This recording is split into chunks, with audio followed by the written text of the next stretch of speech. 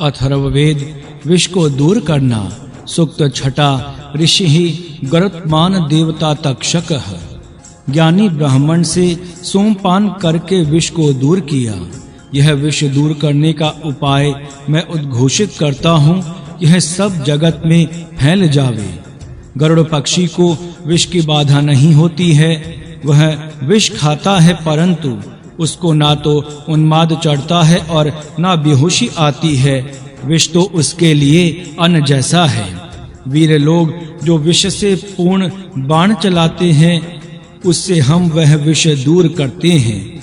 बाण के आदि, मध्य और अग्रभाग से हम विष को दूर करते हैं। इस प्रकार सब बाण हम निर्विष करते हैं। जो विष को पीसते हैं उनका लेप बाण पर करते हैं। जो बाण फेंकते हैं अथवा बेधते हैं, उनके सब प्रयत्न इस रीति से निर्विष हुए और वे सब विष भी निकम्मा सिद्ध हुआ। इस प्रकार विषवल्ली को खोदने वाले वे जिस पर्वत पर विष वृक्ष उगते हैं, वह पर्वत भी निःसत्व हुआ है। विष दूर करने का उपाय। इस सूक्त में विष दूर करने के उपाय कहे हैं। पहला उपाय सोमपान करना है। सोमपान करने से विष दूर होता है। मंत्र संख्या 1। प्रथम मंत्र में यह उपाय कहा है। इसमें कहा है कि 10 शीर्ष और 10 मुख वाला ब्राह्मण प्रथम उत्पन्न हुआ। उसने सोमपान किया जिससे विष बाधा नहीं हुई। इसमें 10 शीर्ष और 10 शब्द ब्राह्मण के विशेषण हैं। शीर्ष शब्द बुद्धि का और आस्य शब्द वक्रत्व का वाचक है। 10 गुणा बुद्धिमान और 10 गुणा विद्वान, यह इस शब्द का भाव है। जो ऐसा विद्वान सोम याग करके उसका यज्ञ शेष सोम पीता है, उसका विष दूर हो जाता है। ऐसा यहाँ आशय दिखता है। इस सोम याग से विष बाधा दूर होती है। यह घोषणा सब जगत में दी जावे। मंत्र संख्या 2। ताकि सर्वत्र सोमयाग होते रहें और सब देव निर्विष होते रहें। जल वायु को निर्दोष और निर्विष करने का उपाय यह सोमयज्ञ ही है। दूसरा उपाय गरुड़ पक्षी का है। गरुड़ सांप आदि विष जंतुओं को खाता है। उनका विष उनके पेट में जाता है परंतु उसको विष बाधा नहीं होती, मानो वह विष उसका अन्न ही बन जाता है। संभव है कि इस विषय की योग्य खोज करने से विष शमन करने के उपाय का ज्ञान हो जावेगा। खोज करने वाले पाठक गरुड़ की पाचक शक्तियों के विषय में खोज करें और लाभ उठावें। अन्य मंत्रों का विषय युद्ध में विष दग्ध बाण लगने से जो विष बाधा होती है, उस संबंध का विष दूर करने का है। यह विषय हमारी समझ में नहीं आया है, इसीलिए इस विषय में हम अधिक कुछ भी नहीं कह सकते। अथर्ववेद विष दूर करना। सूक्त सप्तम। ऋषि ही गरुत्मान देवता वनस्पति ही। वारणा नामक औषधि का रस विष को दूर करता है। उसमें जो अमृत का स्तोत्र होता है, उससे विष दूर होता है। इससे प्राचय और उदीचय विष शांत होता है। निम्न भाग का विष दही के प्रयोग से विफलता होता है।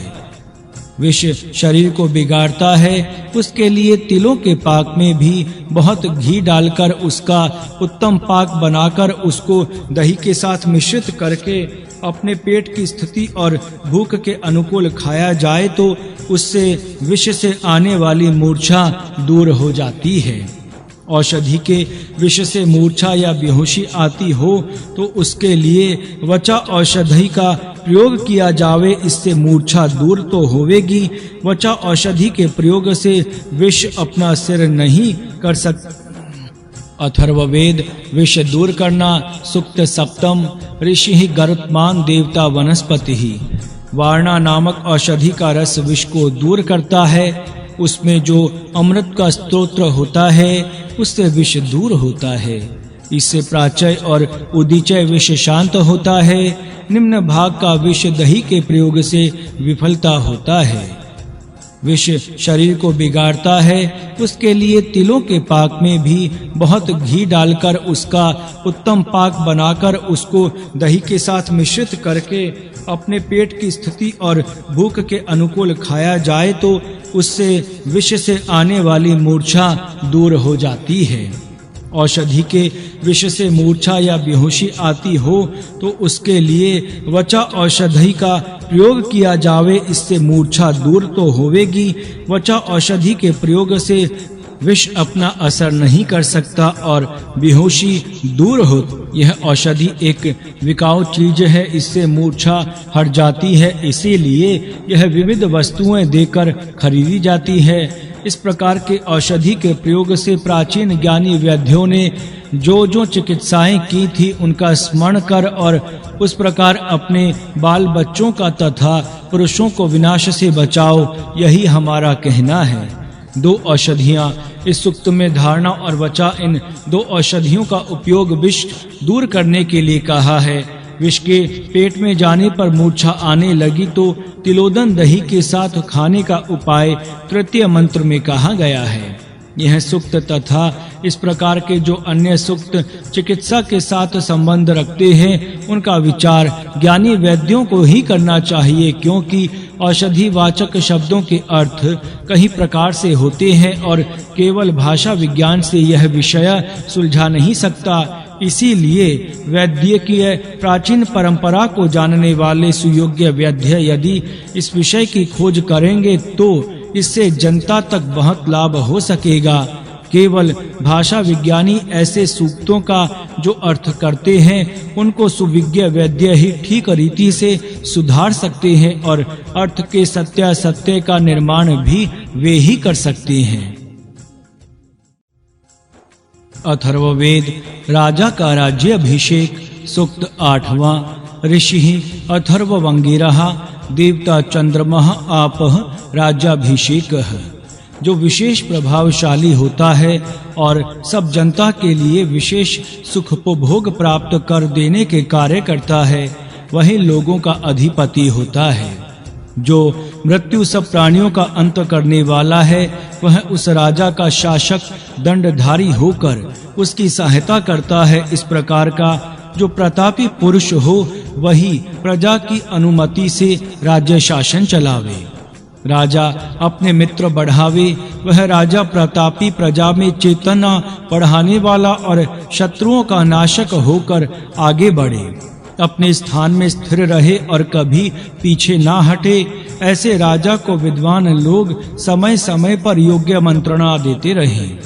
राजगद्दी पर विराजमान होने वाले राजा को प्रजा जन अलंकृत करते हैं। यह राजा ऐश्वर्य को पास रखता हुआ तेजस्वी बनकर राज्य में विचरण करता है। प्रजाजनों के प्राणों की रक्षा करने वाले बलवान राजा का यही बड़ा यश है। वह राजा विविध अधिकारियों के रूप धारण करके विविध सुखों को बढ़ाता हुआ अपने स्थान पर रहता है। राजा दुष्टों के दमन के लिए योग्य प्रखर उपायों की योजना करके सब दिशाओं में पराक्रम करके विजय होवे। दूध जल आदि उपभोगों को प्राप्त करने की इच्छा करने वाले प्रजाजन ऐसे राजा को अपने शासन के लिए चाहें। पृथ्वी और अंतरिक्ष में जो दिव्य जल हैं उन सब के तेज से यह राज्याभिषेक राजा के ऊपर किया जाता है। इस दिव्य जल से अभिषिक्त हुआ राजा अपने मित्रों की संख्या बढ़ावे और परमेश्वर उस राजा को वैसी ही प्रेरणा करे। यह राजा नर व्याघ्र अथवा नरसिंह अर्थात नरश्रेष्ठ है। इस राज्याभिषेक से इसके भाग्य की वृद्धि होती है। जिस प्रकार अपनी मर्यादा में रहने वाला समुद्र चारों ओर के भूभागों से सुभूषित होता है, उस प्रकार चारों ओर से जल से वेष्टित राष्ट्र का अधिपति राजा सब प्रजाओं से सुपूजित होता है। राज्याभिषेक राजा के राज्याभिषेक के समय के धर्म विधि में कहने का यह सूक्त है। इस सूक्त के मनन से राज्याभिषेक विधि का ज्ञान होना संभव है। राजगद्दी पर राजा का अभिषेक होने के लिए विविध जलाशयों का जल लाया जाता है। समुद्र, पवित्र महानदियां, अन्य पवित्र स्रोत और आकाश से प्राप्त होने वाला दिव्य जल, ये सब जल लाए जाते हैं। इस मंत्रपूत जल से राज्याभिषेक किया आता है।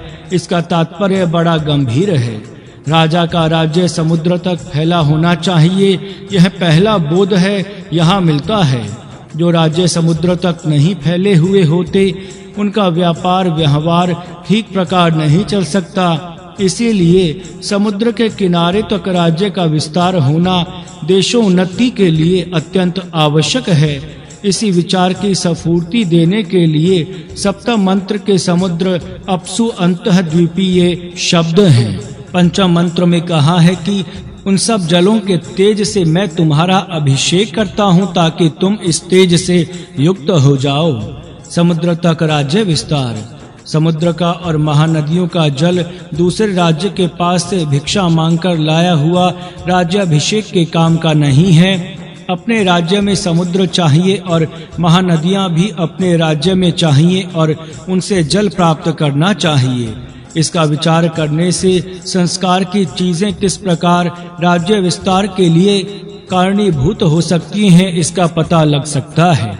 कौन राजा होता है जो वीर, विशेष प्रभावशाली और पराक्रमी होता है और जो जनता को पयः आदधाति दुग्ध आदि उपभोगों के पदार्थ विपुल देता है तथा बेकारी कम करता है, वही अधिपति ही बभुव राजा होता है। इस राजा का सहायक यह मृत्यु ही होता है। मृत्यु देव सब जगत को दंड देने वाला होता है, मानो इस मृत्यु का अंश ही राजा के पास आकर निवास करता है। इसी की सहायता से राजा अपराधियों को दंड देता है। इस प्रकार का प्रभावशाली राजा प्रजा का शासन करे। मंत्र संख्या 1। यह राजा शत्रु नाशक और मित्र वर्धक तथा शत्रु बनकर अपना राज्य चलावे और बढ़ावे। मंत्र संख्या 2। राज्य शासन करने वाले अनेक ओहदेदार ये राजा के ही रूप हैं। इस प्रकार से मानो राजा विश्व रूप अनेक रूप वाला होकर राज्य करता है और स्वरोचि ही अपने तेज से तेजस्वी बनकर राज्य चलाता है। यही राजा की महिमा है। मंत्र संख्या 3। यह राजा वाघ और सिंह जैसा पराक्रमी बनकर शत्रुओं का दमन करे और सब प्रकार की उन्नति सिद्ध करके यश का भागी बने। अथर्ववेद अंजन सूक्त 9वां। प्राणी मात्र को अपमृत्यु से बचाने वाला, जीवन के लिए सहायक, आँखों के लिए हितकारी, सब देवों से प्राप्त और पर्वत पर उगने वाली वनस्पतियों से बनने वाला यह अंजन है। यह हमें प्राप्त होवे। मनुष्य, गौएं और घोड़ों के लिए भी यही अत्यंत हितकारी है। यह अंजन उत्तम संरक्षक, बुराइयों को दूर करने वाला, मृत्यु को दूर करने वाला, पुष्टि देने वाला और पांडु रोग का नाश करने वाला है।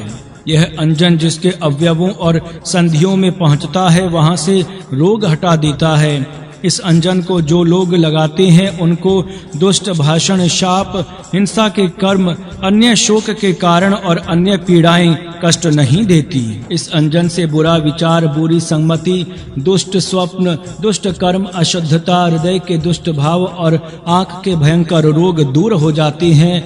मैं इस अंजन के गुण जानता हूँ, इसलिए सच कहता हूँ कि इससे मनुष्य, घोड़े, गौएं आदिकों को आरोग्य प्राप्त हो जाता है।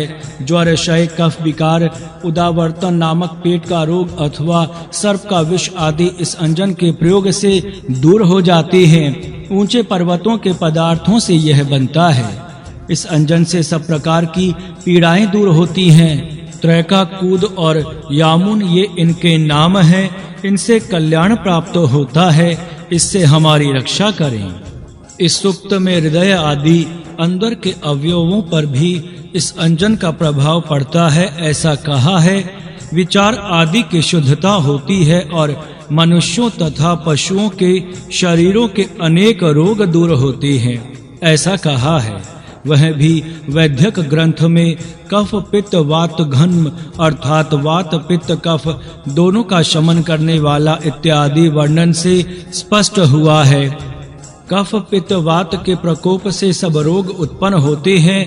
उन प्रकोपों का शमन इस अंजन से होता है। इसीलिए सब रोग दूर करने वाला यह अंजन है। इस दृष्टि से इस सूक्त के 2 से 8 तक के मंत्रों के कथनों का विचार करके बोध प्राप्त करना चाहिए।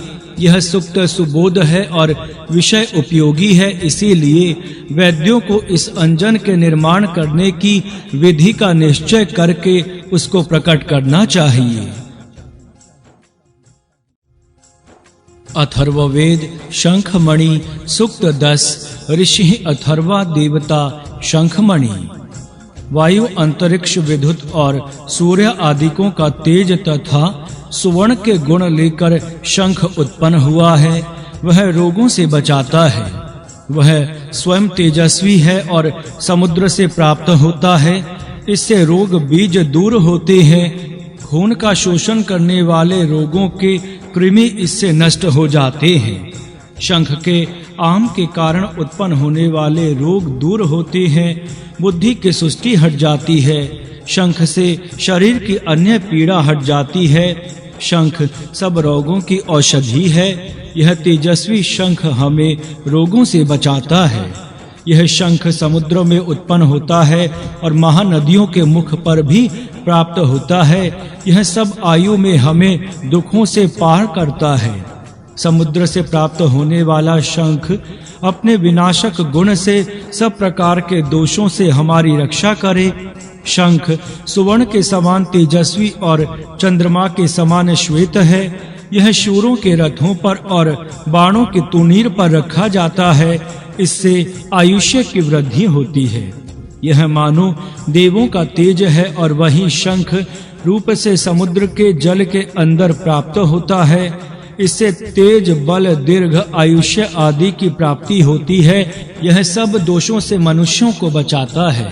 शंख से रोग दूर करना, शंख की औषधि बनाकर उसका विविध रोगों का दूर करने के कार्य में उपयोग करने का विषय वैद्य शास्त्रों में अनेक स्थानों में है। यही इस सूक्त का विषय है। इस विषय में सबसे प्रथम वैद्य शास्त्र के प्रमाण देखिए। वैद्य शास्त्र ग्रंथों में जो इनके नाम दिए हैं उनमें पूतः शब्द है। इसका अर्थ पवित्र है। स्वयं पवित्र होता हुआ जहाँ जाए वहाँ निर्दोषता करने वाला शंख का यह गुण है। इसीलिए इसका उपयोग औषधि क्रिया में होता है। शंख के गुण वैद्य शास्त्र में इसके गुण निम्नलिखित प्रकार कही हैं। शंख खादु रस वायु को हटाने वाला, शीत स्निग्ध पीत विकार में हितकारी, तेज बढ़ाने वाला और श्लेष्मा बढ़ाने वाला है तथा कटु शीत पुष्टिकारक, वीर्यवर्धक, बल बढ़ाने वाला, गुल्म रोग दूर करने वाला, शूल हटाने वाला, कफ रोग और श्वास दूर करने वाला और विष दूर करने वाला है। ये वैद्य शास्त्रों में कहे हुए शंख के गुण देखने से इस सूक्त का आशय स्वयं स्पष्ट हो जाता है और शंख का रोग निवारण गुण ध्यान में आ जाता है। इस शंख से शंख द्रव, शंख भस्म, शंख चूर्ण, शंख वटी आदि अनेक औषधि विविध रोग दूर करने के लिए बनाए जाते हैं। इसलिए जिन लोगों को इन औषधियों का अनुभव है उनको शंख के औषधीय गुणों के विषय में विशेष रीति से कहने की आवश्यकता नहीं है। बच्चों को होने वाले कई रोगों के शमन के लिए शंख पानी में घोलकर पिलाया जाता है तथा अन्य नई औषधियां भी होती हैं। इससे स्वयं सिद्ध है कि यह शंख बड़ी औषधि है। शंख प्राणी है। शंख केवल निर्जीव स्थिति में बाजारों में बिकता है, परंतु यह प्राणी का शरीर अथवा शरीर का आवरण है। यह प्राणी के साथ बढ़ता है। यह हड्डी के समान होता है। कुछ अन्य नए रासायनिक भेद अवश्य होते हैं, इसीलिए यह केवल हड्डी जैसा ही नहीं होता, यह जीव है। ऐसा इस सूक्त के सप्तम मंत्र में कहा है।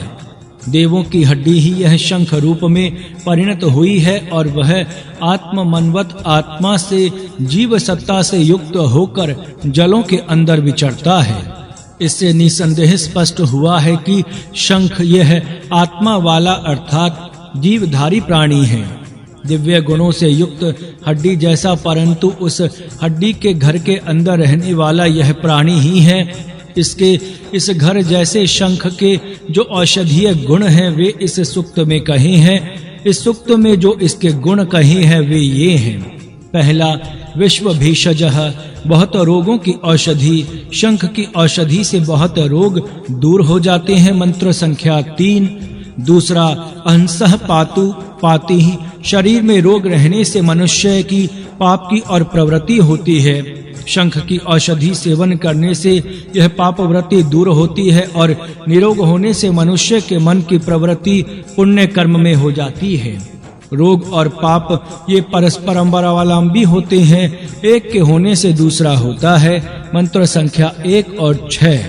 तीसरा आयुष्य प्रतरणः, आयु के पार ले जाने वाला अर्थात पूर्ण आयु देकर बीच में आने वाले रोग रूपी विघ्नों को हटाने वाले शंख हैं। मंत्र संख्या 4। चौथा देवासुर भयः हेतया पातु, पाति देवों और असुरों में से जो रोग या पीड़ा होना संभव है उससे शंख बजाता है। जल अन्न आदि देवता हैं जिनका सेवन मनुष्य करता है और जो दोष इसमें होते हैं इनके कारण रोगी होता है। असुर और राक्षस भाव इंद्रियों और मनों के अंदर प्रबल होते हैं और इस कारण मनुष्य बीमार होता है। इन सब रोगों को दूर करने के लिए शंख की औषधि उत्तम है। मंत्र संख्या 5। देवों और असुरों से रोग कैसे होते हैं इसका यह विचार पाठक स्मरण में रखें। 5 अमीवाम शंखखेन विषहामहि, आम अर्थात अन्न के अपचन से होने वाले रोग अमीव कहे जाते हैं। इन रोगों को शंख से दूर किया जाता है अर्थात शंख से पचन की शक्ति बढ़ जाती है और आम के दोष हट जाते हैं। मंत्र संख्या 3। छठा अमतिम शंखखेन विषहामहि, मति बुद्धि अथवा मन के कुविचार भी पूर्वोक्त आम के कारण ही होती हैं। शंख के आम के दोष दूर हो जाते हैं और उक्त कारण से मन के बुरे विचार दूर होते हैं और पाप प्रवृत्ति भी हट जाती है। मंत्र संख्या 3। सप्तम शंखखेन सदानवा विषयामहि, शरीर में हर एक अवयव में जिन रोगों में बड़ा दर्द हो जाता है वे रोग सदानवा कहे जाते हैं। सदा नून या मनः, सदा रोगी चिल्लाते रहते हैं। इस प्रकार के रोगों को शंख दूर करता है। मंत्र संख्या 3।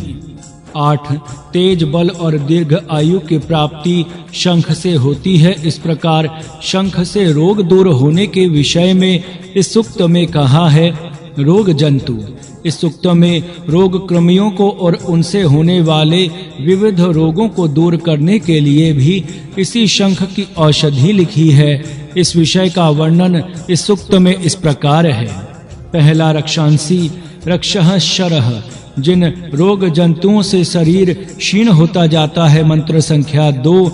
दूसरा अत्रीन अति इति, जिस रोग में बहुत अन्न खाने पर भी शरीर की पुष्टि नहीं होती है, खून कम होता है, मांस आदि सप्त धातु क्षीण होती है। भस्म रोग तथा उसी प्रकार के अन्य रोगों के बीजों का यह नाम है। यह कृमियों के अर्थात रोग के क्रिया के नाम है। इनसे उत्पन्न होने वाले सब रोग शंख के सेवन से दूर होते हैं। शंख के गुण, इस सूक्त में इस शंख के जो गुण कहे हैं वे अब देखिए। पहला समुद्रात जशिषे, यह समुद्र से उत्पन्न होता है, जल से उत्पत्ति होती है, इसीलिए यह शीत वीर्य है। गुणों में शीत है। मंत्र संख्या 1, 2, 4 और 5। दूसरा सोमात जक्षिषे, सोम अर्थात औषधियों अथवा चंद्र से उत्पन्न होने के कारण गुणकारी, रोग दूर करने वाला और शीत गुण प्रधान है। मंत्र संख्या 6। 3 हिरण्यजः, सुवर्ण से उत्पन्न होने के कारण बलवर्धक आदि गुण इसमें है। मंत्र संख्या 1, 4, 3। चौथा विद्युत आदि तेजों से उत्पन्न होने के कारण यह शंख शरीर का तेज बढ़ाने वाला है। मंत्र संख्या 1। इस प्रकार इस सूक्त में शंख के गुण बताए हैं। इन गुणों की तुलना पाठक वैद्य ग्रंथों के गुणों के साथ करें और इस रीति से वैदिक गुण वर्णन की शैली जानने का यत्न करें। यह वैद्य का विषय है। वैद्य शास्त्र में शंख का अनेक प्रकार से उपयोग होता है, इसीलिए वैद्यों को इस विषय की खोज करके इस विषय को अधिक सुबोध करना योग्य है। महाराष्ट्र में पानी में शंख घोलकर छोटे बच्चों को पिलाते हैं, जिससे छोटे बच्चों की कई बीमारियां दूर हो जाती हैं। बच्चे के गले में भी शंख का मणि बांधते हैं अथवा छोटे शंख को सुवर्ण में जड़कर गले में आभूषण बनाते हैं, इससे लाभ होता है, ऐसा अनुभव है। वैद्यों को इसकी अधिक खोज करनी चाहिए। यहाँ द्वितीय अनुवाक समाप्त होता है। अथर्ववेद विश्व शक्तका चालक। सूक्त 11। ऋषि भृगवंगिरः देवता अंडुतः इंद्रः। इंद्र ने पृथ्वी, अंतरिक्ष, धूलोक और 6 दिशाओं को धारण किया है और यह सब भुवनों में प्रविष्ट हुआ है। इसे इंद्र को अंडवान कहते हैं। वह सबका निरीक्षक है। इसी समर्थ इंद्र ने तीनों मार्गों का निर्माण किया है। भूत, भविष्य और वर्तमान काल के सब पदार्थों का निर्माण करता हुआ वह सब अन्य नए देवताओं के व्रतों को चलाता है। यह प्रभु मनुष्यों के अंदर प्रकट होता है।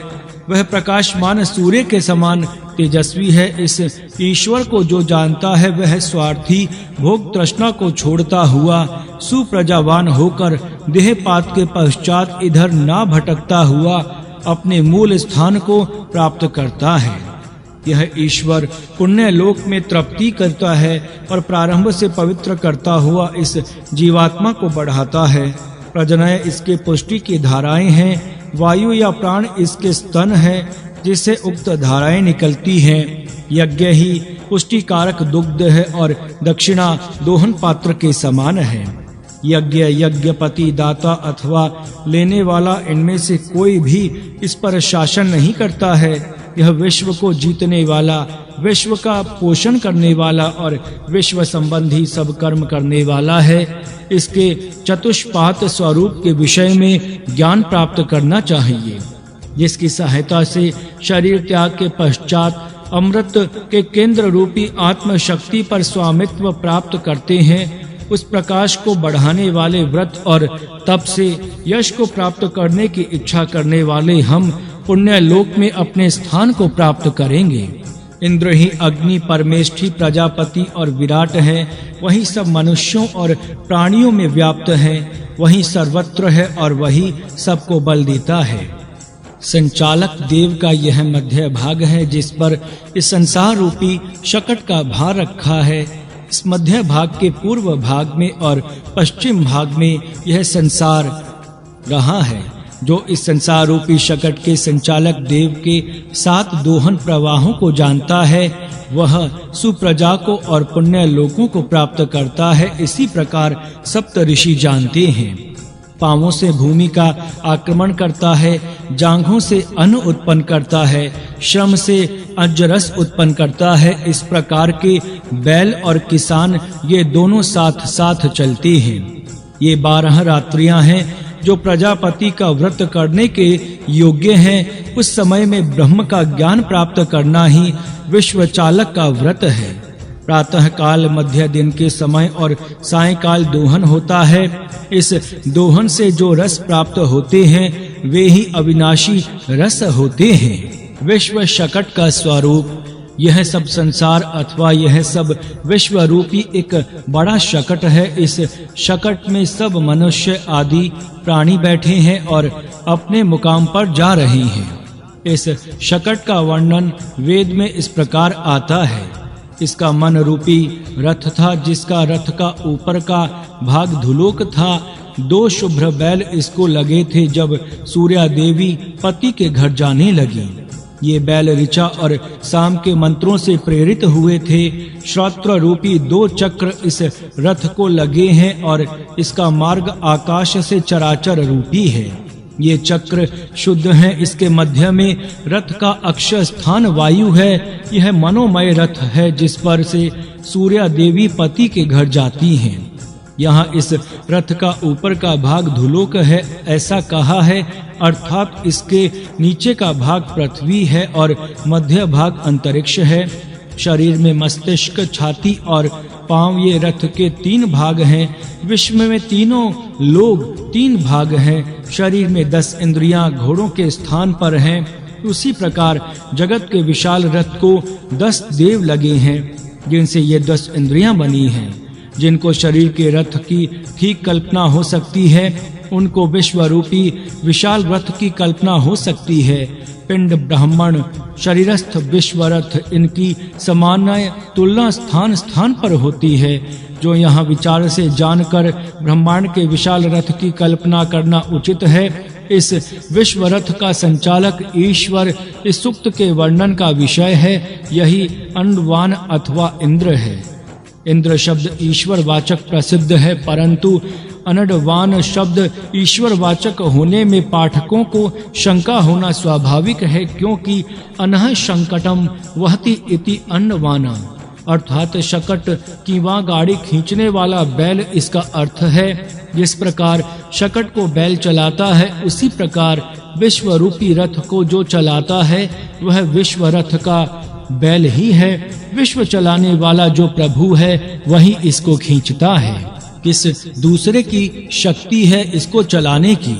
इसलिए प्रथम मंत्र में कहा है कि भूमि, अंतरिक्ष और धुलोक सब दिशाओं के साथ उसी के आधार से रह रहे हैं और वह सब भुवनों में प्रविष्ट हुआ है। मंत्र संख्या 1। इन मंत्रों में जो अनडवान शब्द आया है वह सब विश्व के आधार देने वाले सब विश्व में व्यापक देवता का वाचक है। यद्यपि अनडवान शब्द संस्कृत में बैल का वाचक है, तथापि यहाँ इसका अर्थ विश्व चालक ऐसा है। कई लोग यहाँ केवल बैल की ही कल्पना करते हैं और अर्थ का अनर्थ करते हैं। उनको उचित है कि वे मंत्र के वर्णन का भी साथ साथ विचार करें और प्रसंगानुकूल अर्थ करके लाभ उठावें।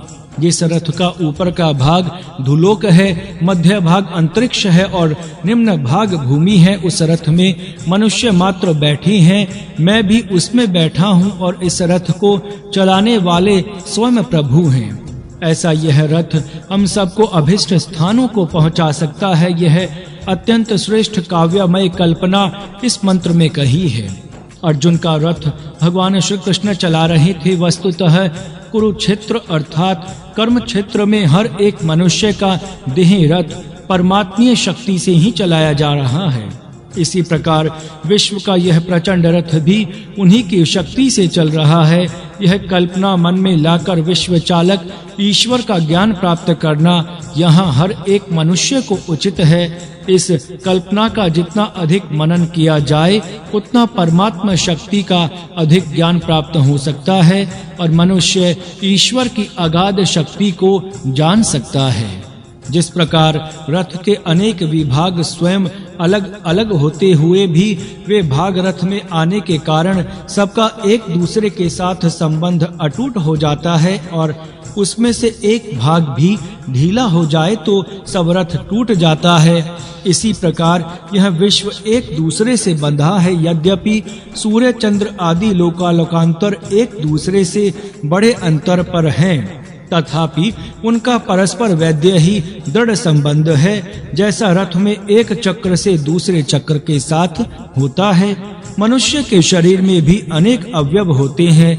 वे अलग अलग होते हुए भी परस्पर संबंधित हैं। उनमें से एक अलग हुआ अथवा रोगी हुआ तो सब शरीर पर आपत्ति आ ही जाती है। इस प्रकार मनुष्य समाज में ज्ञानी, शूर, व्यापारी और कारीगर ये चार अवयव हैं। ये व्यक्तिशः एक दूसरे से पृथक होते हैं, परंतु संघ भाव से ऐसे बंधे हैं कि जैसे शरीर में अवयव हैं। यदि कई व्यक्तियां संघ के नियम तोड़कर शत्रु के साथ मिले तो संघ का बल नष्ट होता है, क्योंकि जैसा व्यक्ति का शरीर रथ है, समाज का शरीर भी रथ है, उसी प्रकार विश्व का शरीर भी एक बड़ा भारी विशाल रथ है। तीनों स्थान के निम्न समान ही है। इस रथ की कल्पना करके और इसका मनन करके पाठक बहुत बोध प्राप्त कर सकते हैं। वह सब विश्व मिलकर एक रथ है, इसमें कोई विभक्त भाव नहीं है। हर एक सजीव या निर्जीव पदार्थ इसी रथ का अंग है और इसी को इसी कल्पना के साथ यहाँ रहना चाहिए। इस रथ को जो चलाता है वह ही इंद्र है, वही प्रभु है, वही ईश्वर है। अनडवान इंद्र सूक्त 11 मंत्र संख्या 2। इस रथ को जो चलाने वाला है वह इंद्र है। इस जगत में जो गति आ गई है वह उन्हीं की गति है। इस जड़ जगत को चेतना वाला देने वाला है वह एक ही ईश्वर है। वह क्या करता है देखिए। पहला शक्रः त्रयान अध्वन्नः मिमितेः, दूसरा भूतम भविष्यतः भुवना दुहानः, तीसरा देवानाम सर्वाव्रतानि चरति। सूक्त 11 मंत्र संख्या 2।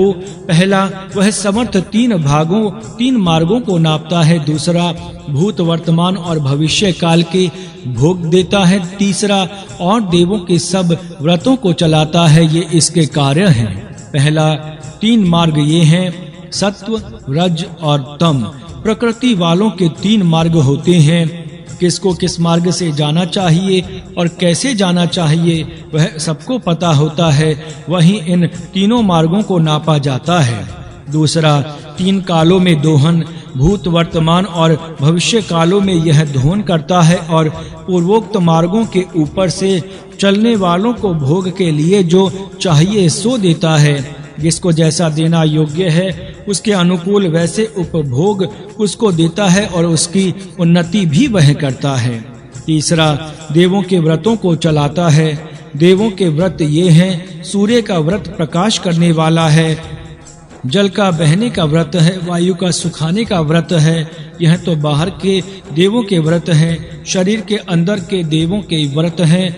आँखों का देखने का व्रत है, कान का सुनने का व्रत है, प्राण का जीवन देने का व्रत है। ये सब व्रत आत्मा की शक्ति से हो रहे हैं।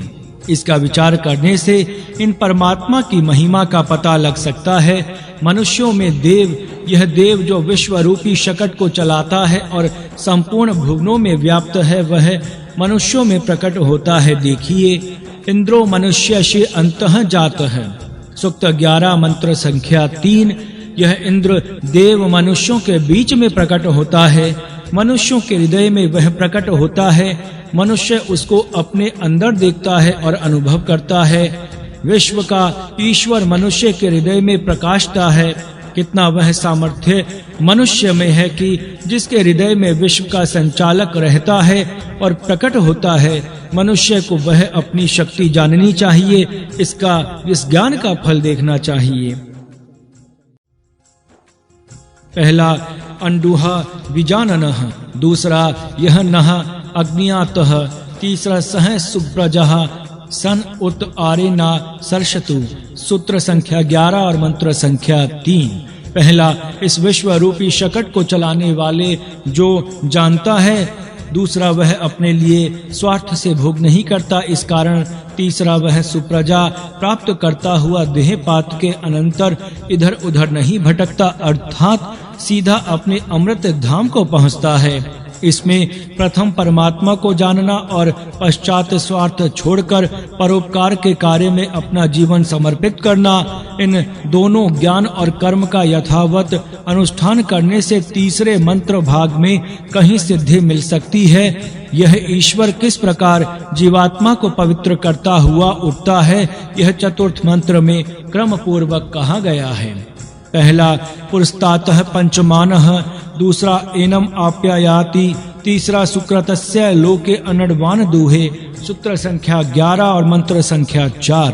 पहला पहले से पवित्रता करता हुआ, दूसरा ईश्वर इसको बढ़ाता है, पुष्ट करता है और इसकी वृद्धि करता है, तीसरा पुण्य लोक में यह इसको तृप्ति के साधन देता है। परमेश्वर का उपासक होने से पवित्र होने का पहला लाभ होता है। आत्मिक बल की वृद्धि होना यह दूसरा लाभ होता है और पुण्य लोक प्राप्त होकर यहाँ विविध प्रकार की तृप्ति होना यह तीसरा लाभ होता है। परमात्मा उपासना के यह फल है। इस प्रकार पवित्र होता हुआ जीवात्मा उन्नत होता है और अपने निज धाम को पहुँचता है। परमात्मा इस प्रकार सहायक होता है, इसलिए कहा है कि विश्वजीत विश्वभृत विश्वकर्मा। सूक्त 11 और मंत्र संख्या 5। वह विश्व को जीतने वाला, विश्व का पालक और पोषक तथा विश्व संबंधी सब कर्म करने वाला है। इसीलिए उपासक निर्भय होता हुआ उसकी सहायता से आगे बढ़ता है और अपने प्राप्तव्य स्थान को पहुंचता है। वह स्थान जहां इसको जाना है अमृत तक का केंद्र है। किस अनुष्ठान से यह जीवात्मा वहां पहुंचता है, इस विषय का उपदेश षष्ठ मंत्र में देखने योग्य है। व्रतेन तपसा यशस्या व सुकृतस्य लोकम गेशम। सूक्त 11 मंत्र संख्या 6 व्रत और तप से यश प्राप्त करते हुए पुण्य लोक प्राप्त करेंगे। इस मंत्र भाग में व्रत पालन और तप का आचरण यश और आत्मोन्नति का साधन है, ऐसा स्पष्ट कहा है। विचार करने से पता लग जाएगा कि यह तो इहलोक और परलोक की सद्गति प्राप्त करने का उत्तम साधन है। इस साधन के करने से शरीरम हित्वा अमृतस्य नाभिम स्वः आरुरुः। सूक्त 11 मंत्र संख्या 6 शरीर त्यागने के पश्चात अमृत के केंद्र में आत्म प्रकाश से युक्त होकर ऊपर चलते हैं। यह है तप का प्रभाव और व्रत पालन का महत्व। पाठक इसका महत्व जानकर इस मार्ग से अपनी उन्नति सिद्ध कर सकते हैं। मंत्र संख्या 7 में इंद्र, अग्नि, प्रजापति, परमेष्ठी, विराट आदि नाम उसी एक देव के हैं, ऐसा कहा है। यह बात ऋग्वेद में मंत्र संख्या 1/164/46 में भी अन्य रीति से कही है। यही देव सर्वत्र व्याप्ता है, सबको बलिष्ठ बनाता है और सबका धारण करता है, अर्थात हर एक को इसका आधार है और हर एक को यह प्राप्य है, किसी को अप्राप्य है ऐसा नहीं है। अष्टम मंत्र का आशय यह है कि यह ईश्वर सबके बीच में होने के कारण वह ही सबका मध्य है। इस कारण अन्य विश्व इसके दोनों और समान प्रमाण से हैं। यह सबके मध्य में होने से यह विश्व इनके दोनों और समानतया विभक्त है। यह बात स्वयं सिद्ध हुई है। जिस प्रकार शकट का मध्य दंड दोनों चक्रों के बीच में से चला जाता है और उसी के पूर्व और पश्चिम की ओर शकट के 2 भाग आते हैं, इसी प्रकार यह ईश्वर विश्व शकट का मध्य दंड है और सब विश्व इसके चारों ओर विराजमान है। सप्त ऋषि ही इस अविनाशी ईश्वर के अथवा आत्मा के 7 दोहन पात्र हैं और उनमें 7 प्रवाह दोहे जाते हैं। इनको सप्त ऋषि करके जानते हैं। मंत्र संख्या 9 यह नवम मंत्र का कथन है। ये 7 दोहन पात्र अर्थात दुग्ध दोहने के बर्तन हमारे 7 ज्ञान इंद्रियां हैं। 2 आँख रूप का दोहन करते हैं, 2 कान शब्द रस का दूध निकालते हैं, 2 नाक सुवास का रस लेते हैं और 1 मुख मधुर आदि रस लेता है। ये 7 प्रकृति माता का दुग्ध दोहन करने के बर्तन हैं। ये ही रस मनुष्य मात्र पीता है और पुष्ट होकर उन्नति प्राप्त करता है। यही 7 ऋषि हैं। सप्त ऋषयः प्रतिहितः शरीरे सप्त रक्षन्ति सदम प्रमादम। प्रत्येक शरीर में 7 ऋषि रह रहे हैं। ये 7 ऋषि इस शरीर रूपी घर की प्रमाद ना करते हुए रक्षा करते हैं। यह बात ऊपर वाले मंत्र में कही गई है। यहाँ 7 दोहन पात्र जो कहे हैं वे ही 7 सप्त ऋषि हैं, अथवा ये 7 ऋषि इन 7 दोहन पात्रों में परम माता का दुग्ध निकालते हैं, इसमें कोई संदेह नहीं है। सर्वसाधारणतया सप्त ऋषि जो समझे जाते हैं उनका नाम ऊपर दिया ही है, परंतु हमारे मन में एक बात खटकती है, वह यह है कि यहाँ 2 आँख, 2 कान, 2 नाक ये 6 ऋषि माने हैं, परंतु वस्तुतः यह अर्थात 2 आँख एक ही प्रकार का ज्ञान प्राप्त करते हैं, इसीलिए इनको मिल मानना अयुक्त है। यद्यपि गिनती के लिए ये 7 होते हैं, तथापि वस्तुतः यह 7 भिन्न हैं, ऐसा कोई मान नहीं सकता।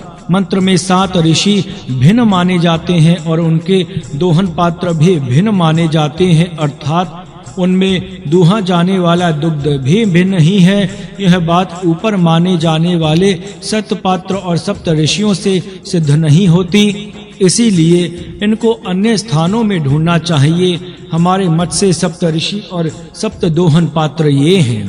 पहला आत्मा, ये ऋषि परमात्मा से आनंद रूपी दुग्ध अपने में दूहता है। दूसरा बुद्धि अर्थात संज्ञान, यह ऋषि परमात्मा से चित्त अथवा विज्ञान रूपी दुग्ध अपने अंदर निचोड़ता है। तीसरा अहंकार, यह ऋषि परमात्मा से मैंपन का भाव रूपी दुग्ध निकालता है। चौथा मन, यह ऋषि उसी से मनन शक्ति रूप दुग्ध दूहता है। पांचवा प्राण, यह ऋषि वहां से ही जीवन रूपी दुग्ध निकालता है। छठा ज्ञानेंद्रिय संघ, यह ऋषि वहां से ही विषय ज्ञान रूपी दुग्ध निचोड़ता है। सातवां कर्मेंद्रिय संघ, यह ऋषि उसी से कर्म शक्ति रूप दुग्ध निकालता है।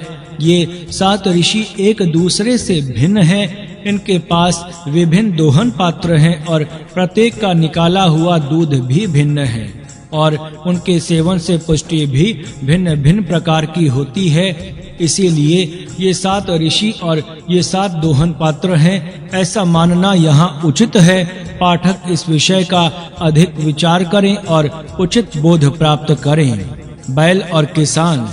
दशम मंत्र में बैल और किसान के रूप से बड़ा बोधप्रद उपदेश दिया गया है। इसका व्यक्त अर्थ यह है, पांव से भूमि पर से चलता है, जांघों से अन्न उत्पन्न करता है, परिश्रम से रस बनाता है। इस प्रकार बैल और किसान बड़ा कार्य करते हैं। यह तो खेती में प्रत्यक्ष दिखता है, परंतु इस मंत्र में केवल इतना ही कहना मुख्य उद्देश्य नहीं है, क्योंकि यहाँ जिस किसान का वर्णन किया है वह क्षेत्रज्ञ अर्थात जीवात्मा है। श्री भगवत गीता में इसका नाम क्षेत्रज्ञ आया है। खेत को जानने वाला किसान जिस प्रकार खेत से लाभ उठाता है, उसी प्रकार इस शरीर रूपी कार्य क्षेत्र को यथावत जानने वाला यह जीवात्मा रूपी किसान इस शरीर रूपी कर्म क्षेत्र में शुभ विचारों की खेती करके बहुत लाभ प्राप्त करता है। इसकी खेती में हल चलाने आदि की सहायता करने वाला परमेश्वर है,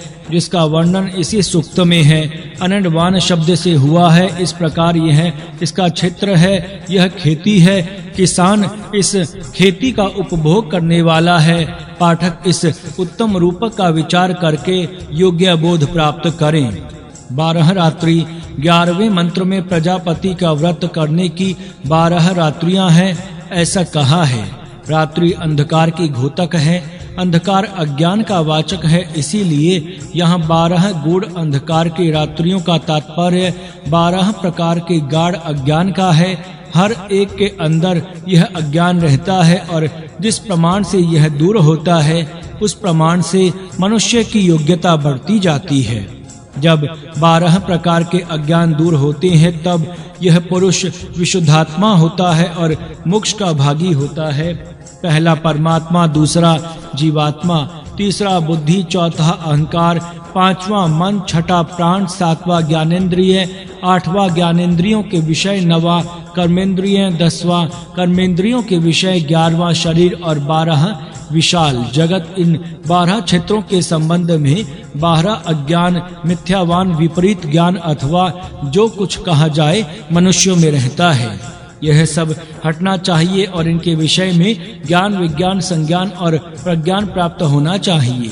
प्रत्येक मनुष्य विचार करके जाने कि अपने इस अज्ञानों में से कौन सा अज्ञान कितना है और कौन सा विज्ञान कितना प्राप्त किया गया है। इसकी पड़ताल करने से पता लग जाएगा कि जो मार्ग आक्रमण करता है वह कितना हो चुका है और कितना अभी चलना बाकी है। यह परीक्षा ही इस मंत्र ने ली है, ऐसा पाठक समझें और इस दृष्टि से अपनी परीक्षा करें। इससे बड़ा आत्म सुधार हो सकता है। व्रत। जिस व्रत से उक्त प्रकार का 12 प्रकार का अज्ञान दूर हो सकता है, वह व्रत इस 11वें मंत्र के उत्तरार्ध में कहा है। यह ब्रह्म उपवेद तत्व्रतम, सूक्त 11 मंत्र संख्या 11।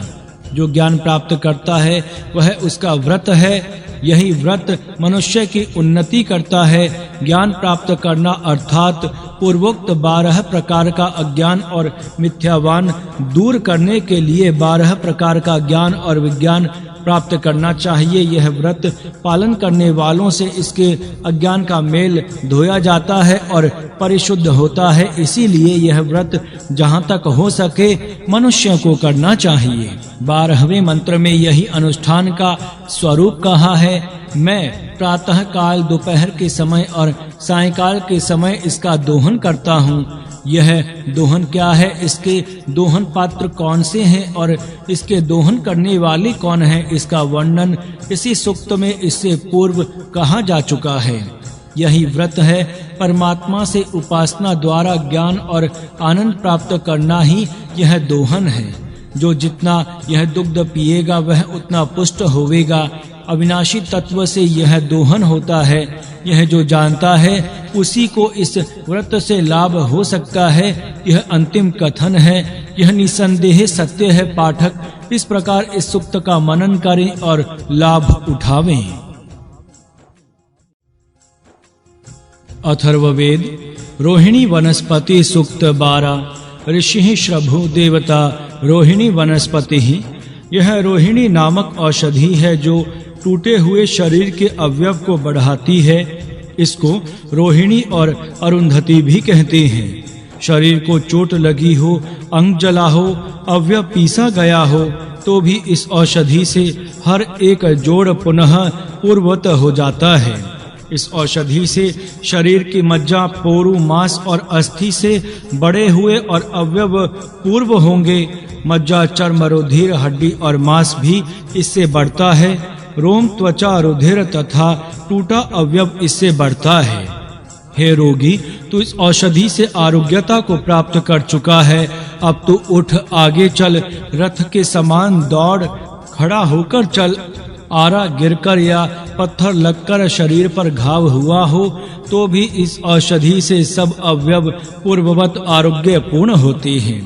रोहिणी औषधि वैद्य ग्रंथों में इस रोहिणी औषधि का नाम मास रोहिणी लिखा है। इसका नाम ये है: अग्निरूहा, व्रता, चर्मकशा, वसा, मास रोही, प्रहरवल्ली, विकशा, वीरवती। इसके गुण हैं: मास रोहिणी वीर्यवर्धक और त्रिदोष का नाश करने वाली है और यह औषधि शीत, वीर्य, कषाय रुचि वाली, कृमि दोष दूर करने वाली, कंठ दोष हटाने वाली, रुचि बढ़ाने वाली और वात दोष दूर करने वाली है। इस सूक्त में रोहिणी नाम के भद्रा और अरुंधति आए हैं, परंतु वैद्य शास्त्र ग्रंथों में ये नाम एक ही वनस्पति के नहीं हैं। वैद्य ग्रंथों में इनका नाम मासरोही अथवा मासरोहिणी कहा है। यह शब्द इस सूक्त की ही बात सिद्ध करता है। मासादि सप्त धातु बढ़ाने वाली यह औषधि है, ऐसा इस सूक्त ने कहा है, और वैद्य ग्रंथ मास को बढ़ाती है ऐसा कहते हैं। इसमें बहुत विरोध नहीं है, क्योंकि जिससे रुधिर और मांस बढ़ता है उससे अन्य धातु भी बढ़ते ही हैं, क्योंकि अन्य धातु रुधिर के आगे स्वयं बनते हैं। इसके अतिरिक्त इसको प्रहरवल्ली वैद्य ग्रंथों ने कहा है। प्रहरवल्ली का अर्थ है घाव ठीक करने वाली औषधि। यह वर्णन भी इस सूक्त के कथन से संगत होता है। 7वां मंत्र यही वर्णन कर रहा है। इसका नाम वैद्य ग्रंथों में वीरवती अर्थात वीरों वाली है। वीर जिसके पास जाते हैं, इस औषधि के पास वीर इसीलिए जाते हैं कि यह शस्त्रास्त्रों के घावों को अति शीघ्र ठीक करती है। महाभारत में हम पढ़ते हैं कि दिन भर युद्ध करने वाले वीरों के शरीर बाणों के आघात से वर्णयुक्त हो जाते थे। पश्चात वे वीर रात्रि के समय कुछ औषधि लगाकर सो जाते थे, जिनसे उनके शरीर सवेरे तक ठीक हो जाते थे और वे पुनः युद्ध करते थे। संभवतः वह वीरों के पास रहने वाली वल्ली यही रोहिणी ही होगी, इसीलिए इनका नाम वैद्य ग्रंथों में वीरधंती लिखा है। यह सूक्त अत्यंत सरल है। पाठक इस वैद्य ग्रंथों के वर्णन के साथ इस सूक्त को पढ़ें और लाभ उठावें। ज्ञानी वैद्यों को उचित है कि वे इस औषधि की खोज करके प्रकाशित करें, ताकि बारंबार घावों से दुख भोगने वालों को लाभ प्राप्त हो सके और संभावना उनकी प्रबल हो जाए। अथर्ववेद हस्त स्पर्श से रोग निवारण सूक्त 13। ऋषि शंताति देवता चंद्रमा विश्वे देवाः। देवता लोग गिरे हुए मनुष्यों को भी फिर उठाते हैं और आप जो पाप करते हैं उसको भी फिर सुधारते हैं। 2 प्राणवायु हैं, एक फेफड़ों के अंदर रुधिर तक का जाने वाला प्राण है और दूसरा बाहर जाने वाला अपान है। पहला बल बढ़ाता है और दूसरा दोषों को हटाता है। वायु रोग नाशक औषध लाता है और शरीर में जो दोष होते हैं उन दोषों को हटाता है। यह सब रोगों का निवारण करने वाला है, मानो यह देवों का ही दूत है। सब देव मरुदगण तथा भूत इस रोगी की रक्षा करें और यह सत्वर निरोग हो जावे। हे रोगी, मैं तेरे पास कल्याण करने वाले और विनाश को दूर करने वाले सामर्थ्यों के साथ आ गया हूँ। अब मैं तेरे अंदर बल भर देता हूँ और तेरे रोगों को दूर करता हूँ। यह मेरा हाथ सामर्थ्यशाली है और मेरा दूसरा हाथ तो अधिक प्रभावशाली है। मेरे इस एक हाथ में सब रोग दूर करने की शक्तियां हैं और इस दूसरे हाथ में मंगल करने का धर्म है। 10 उंगलियों के साथ इन मेरे दोनों हाथों से तुझे मैं स्पर्श करता हूँ और मेरी जीवा पानी से प्रेरणा के शब्द बोलती है। इस प्रकार निरोगता करने वाले इन मेरे दोनों हाथों से मैं तुझे स्पर्श करता हूँ। देवों की सहायता। पहला मंत्र देवों की सहायता का वर्णन करता है। गिरे हुए मनुष्यों को भी देव फिर उठाते हैं। एक बार पाप करने से जो मरने की अवस्था तक पहुंचता है उसको भी देव फिर जीवन देते हैं। मंत्र संख्या 1। यह प्रथम मंत्र का कथन मनुष्य को बहुत सहारा देने वाला है। मनुष्य किसी प्रलोभन में फंसकर पाप करता है, पाप से अस्वस्थ होता है, रोगी होता है और क्षीण होने तक अवस्था आती है, मृत्यु आने की भी संभावना हो जाती है। ऐसी अवस्था में पहुंचा हुआ मनुष्य देवताओं की सहायता से निरोग होता है और पुनः दीर्घ आयुष्य प्राप्त कर सकता है। ऐसी अवस्था में सहायता देने वाले देव कौन से हैं? मृत्तिका, जल, अग्नि, सूर्य किरण, वायु, विद्युत, औषधि, अन्न, रस, वैद्य आदि देवताएं हैं कि जिनके सहायता से मनुष्य रोगों को दूर करता है और दीर्घ आयुष्य प्राप्त कर सकता है। ये सब देव मनुष्य के सहायक हैं। मनुष्य चिंता में ना रहे, बीमार होने पर अधिक चिंता ना करे, क्योंकि चिंता एक भयंकर व्याधि है। इस चिंता का दूर करने के लिए इस मंत्र के उपदेश पर विश्वास रखें कि पूर्वोक्त देवताओं की सहायता से निरोगता प्राप्त हो जाती है। देव हमारे चारों ओर हैं और वे मनुष्य मात्र की तथा प्राणी मात्र की सहायता करते हैं। उनकी सहायता से हीन अवस्था में पहुंचा हुआ मनुष्य उन्नत हो सकता है और रोगी भी निरोग हो जाता है। प्राणों के 2 देव। शरीर में प्राण के 2 देव हैं जो यहाँ बड़ा महत्वपूर्ण कार्य कर रहे हैं। प्राण और अपान ये 2 देव हैं। एक प्राण हृदय के अंदर तक जाता है और वहाँ अपनी प्राण शक्ति स्थापन करके मृत्यु को हटाता है, और दूसरा अपान है जो शरीर के मलों को दूर करता हुआ विविध रोग बीजों का नाश करता है। पहला बल बढ़ाता है और दूसरा दोषों को दूर करता है। इस रीति से ये दोनों देव इस शरीर की रक्षा करते हैं और आरोग्य बढ़ाते हैं। यह द्वितीय मंत्र का कथन स्मरण रखने योग्य है। यहाँ प्राण, अपान अथवा श्वास और उच्छ्वास ये भी 2 देव हैं, ऐसा माना जा सकता है। देवों का दूत। तृतीय मंत्र का कथन है कि प्राण रोग निवारक शक्ति शरीर में लाता है और अपान सब दोषों को दूर करता है। इस प्रकार यह वायु सब रोगों को दूर करने वाला देवों का ही दूत है। मंत्र संख्या 3। अपने शरीर में सब इंद्रियां देवताओं के अंश हैं। उनकी सेवा यह प्राण पूर्वोक्त प्रकार करता है। जीवन शक्ति के प्रत्येक अवयव में स्थापना करना और प्रत्येक स्थान के दोष को दूर करना, यह 2 प्रकार की सेवा इस शरीर रूपी देव मंदिर में प्राण करता है। इस विचार से प्राण का महत्व जानना चाहिए। चतुर्थ मंत्र में सब देव, सब मरुत और सब भूतगण इस रोगी की सहायता करें, इस विषय की प्रार्थना है। इसका आशय पूर्वोक्त विचार से स्वयं स्पष्ट होने वाला है। हस्त स्पर्श से आरोग्य। हस्त स्पर्श से आरोग्य प्राप्त करने की विद्या आजकल मेस्मेरिज्म के नाम से प्रसिद्ध है। यह मेस्मेरिज्म शब्द मेसमर नामक यूरोपियन के नाम से बना है। यह विद्या उसने प्रथम यूरोप में प्रकाशित की, इसीलिए इस विद्या को उसी का नाम उसका गौरव करने के लिए दिया गया। माँ मेस्मर साहब ने 50 वर्ष पूर्व यूरोप में इस विद्या का प्रचार किया, परंतु पाठक इस सूक्त में हस्त स्पर्श के आरोग्य प्राप्त करने की विद्या देख सकते हैं।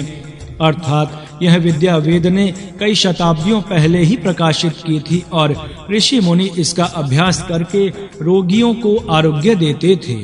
हस्त स्पर्श से दृष्टि स्पेक्ष शब्द के कथन मात्र से तथा इच्छा मात्र से आरोग्य देने की शक्ति योगा अभ्यास से मनुष्य प्राप्त कर सकता है। इसके अनुष्ठान की विधियां वेदादि आर्य शास्त्रों में लिखी हैं। इस विद्या को पाठक इस सूक्त के मंत्र 5 से 7 तक देख सकते हैं। मन को एकाग्र करना और अपनी सब शक्ति मन में संग्रहित करना तथा जिस कार्य में चाहे उसका उपयोग करना, यह जिसको साध्य है वह मनुष्य इससे लाभ उठा सकता है। अर्थात इतनी अनुष्ठान से सिद्धि पहले प्राप्त करनी चाहिए। पश्चात हस्त स्पर्श से आरोग्य प्राप्त करने की सामर्थ्य प्राप्त हो सकती है। रोगों पर प्रयोग करने के समय प्रयोग करने वाला कैसा भाषण करे, यही बात इन 3 मंत्रों में कही है। अब वह देखिए। हे रोगी मनुष्य, मेरे अंदर शांति और समता स्थापन करने का गुण है और दोषों तथा विनाश को दूर करने का भी गुण है।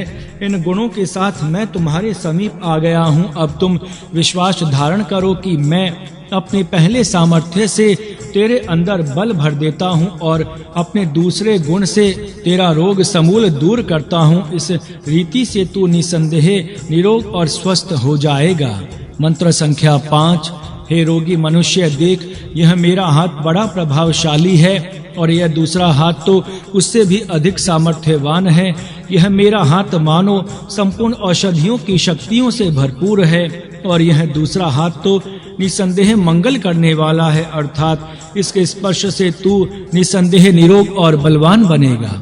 मंत्र संख्या 3। हे रोगी मनुष्य, ये 10 अंगुलियों के साथ मेरे दोनों हाथ संपूर्ण रोग दूर करने वाले हैं। इनसे तुमको अब मैं स्पर्श करता हूँ। इस स्पर्श से तेरा सब रोग दूर हो जाएगा और तू पूर्ण निरोग हो जाएगा।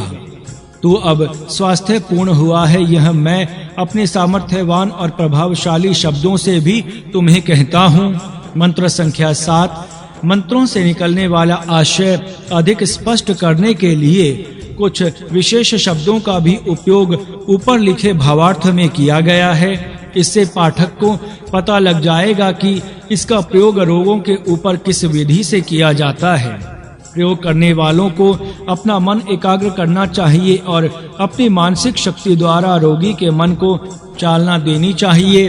रोगी के मन को प्रभावित करने से और अपने पवित्र शब्दों द्वारा रोगी के मन में विश्वास उत्पन्न करने से ही यह बात सिद्ध होती है। जो किसी पर भी विश्वास नहीं रखते, वे अविश्वासी लोग इससे लाभ प्राप्त नहीं कर सकते। अथर्ववेद आत्म ज्योति का मार्ग। सूक्त 14। ऋषि भृगु देवता आंजय अग्नि। परमात्मा के जगत प्रकाश तेज से यह अजन्मा जीवात्मा प्रकट हुआ है। उसी समय उसने अपने पिता का दर्शन किया। देवी उसी की शक्ति प्राप्त करके देवत्व से युक्त होते हैं। जो उनकी उपासना करते हैं वे पवित्र होते हुए अनेक उच्च अवस्थानों को प्राप्त होते हैं। अन्न का दान करते हुए तुम इस अग्नि की सहायता से स्वर्ग का मार्ग आक्रमण करो और वहां से भी अधिक उच्च भूमिका में जाकर आत्मिक ज्योति के स्थान को प्राप्त होकर वहां देवों के साथ बैठो। अथर्ववेद आत्म ज्योति का मार्ग। सूक्त 14। ऋषि भृगु देवता आंजय अग्नि। परमात्मा के जगत प्रकाश तेज से यह अजन्मा जीवात्मा प्रकट हुआ है। उसी समय उसने अपने पिता का दर्शन किया। देवी उसी की शक्ति प्राप्त करके देवत्व से युक्त होते हैं। जो उनकी उपासना करते हैं वे पवित्र होते हुए अनेक उच्च अवस्थानों को प्राप्त होते हैं। अन्न का दान करते हुए तुम इस अग्नि की सहायता से स्वर्ग का मार्ग आक्रमण करो और वहां से भी अधिक उच्च भूमिका में जाकर आत्मिक ज्योति के स्थान को प्राप्त होकर वहां देवों के साथ बैठो। पृथ्वी से अंतरिक्ष, अंतरिक्ष से धुलोक, धुलोक से ऊपर आत्मिक प्रकाश का स्थान है। मैंने इसी क्रम से इन लोकों को प्राप्त किया है। जो ज्ञानी विद्वान विश्वधारक यज्ञ को फैलाते हैं वे पृथ्वी से धुलोक तक ऊपर चढ़ते हैं और वहां से भी ऊपर आत्मिक प्रकाश का स्थान प्राप्त करते हुए किसी अन्य सुख की अपेक्षा नहीं करते। हे सर्व प्रकाशक, तुम सब देवों में मुख्य हो, तुम हमें प्राप्त हो। तुम जैसा देवों का आंक है उसी प्रकार मनुष्यों का भी है। यज्ञ करने वाले और सबके ऊपर समानतया प्रेम करने वाले जो यजमान होते हैं, वे तपस्वी मुनियों के साथ ही सुख पूर्वक आत्मिक प्रकाश लोक को प्राप्त करते हैं। दिव्य पूर्ण तेजस्वी गतिमान और अजन्मा परम आत्मा की ही है हम घृतादि की आहुतियों के यज्ञ द्वारा पूजा करते हैं। इससे उत्तम स्वर्ग को प्राप्त हुए उसके भी ऊपर के आत्मिक प्रकाश के स्थान को प्राप्त करते हैं। यह 5 प्रकार का यज्ञ अन्न है। 5 अंगुलियों द्वारा कड़छी पकड़कर इस अन्न को 5 प्रकार से ऊपर ले। इस अजन्मा का सिर पूर्व दिशा में और उत्तर कक्षा भाग को उत्तर दिशा में, पीठ की रीढ़ ऊर्ध्व दिशा में, पेट ध्रुव दिशा में और मध्य भाग अंतरिक्ष में रखकर इस प्रकार अपने सब अंगों से परिपूर्ण विश्व रूप बने हुए परिपक्व अजन्मा जीवात्मा को परिपक्व परमात्मा के आच्छादन से आच्छादित कर उत्तम स्वर्गलोक को प्राप्त करने के लिए कटिबद्ध होकर और अपने चारों पांवों से सब दिशाओं में प्रतिष्ठित हो। स्वर्ग धाम का मार्ग इस सूक्त में स्वर्ग धर्म का मार्ग बताया है। इस कारण इस सूक्त का महत्व अधिक है। पहले मंत्र में परम पिता के अमृत पुत्र की उत्पत्ति का वर्णन है। परम पिता का अमृत पुत्र अग्नः शोकात् अजः अजनिष्ठ। सूक्त 14 मंत्र 1 अग्नि के प्रकाश से अजन्मा जीवात्मा प्रकट हुआ है। यहाँ अग्नि पद से सब प्रकाशक परमात्मा का ग्रहण होता है। अथर्व वेद में कांड 1 सूक्त 10 मंत्र 28 में कहा है कि एक ही सत्य स्वरूप परमात्मा का कविजन विविध नामों से वर्णन करते हैं। उसी एक परमात्मा को इंद्र, मित्र, वरुण, अग्नि, दिव्य, सुवर्ण, गरुत्मान, यम, मातरिश्वा और सत कहते हैं। ये सब एक ही परमात्मा के नाम हैं। इनमें से इस सूक्त में अग्नि मंत्र 1, दिव्य सुपर्ण मंत्र 6 ये शब्द आ गए हैं। इन परमात्मा के तेज से इस अमृत पुत्र की उत्पत्ति है। यह उत्पत्ति कथन करने का उद्देश्य यह है कि अमृत पुत्र अपनी उन्नति करके पिता के समान बन सकता है। प्रत्येक प्राणी का पुत्र पिता के समान बनता है। बीज से वृक्ष होता है, चिंगारी से दावाग्नि बन जाता है। पुत्र का यह अधिकार ही है कि वह अपने पिता के समान बने।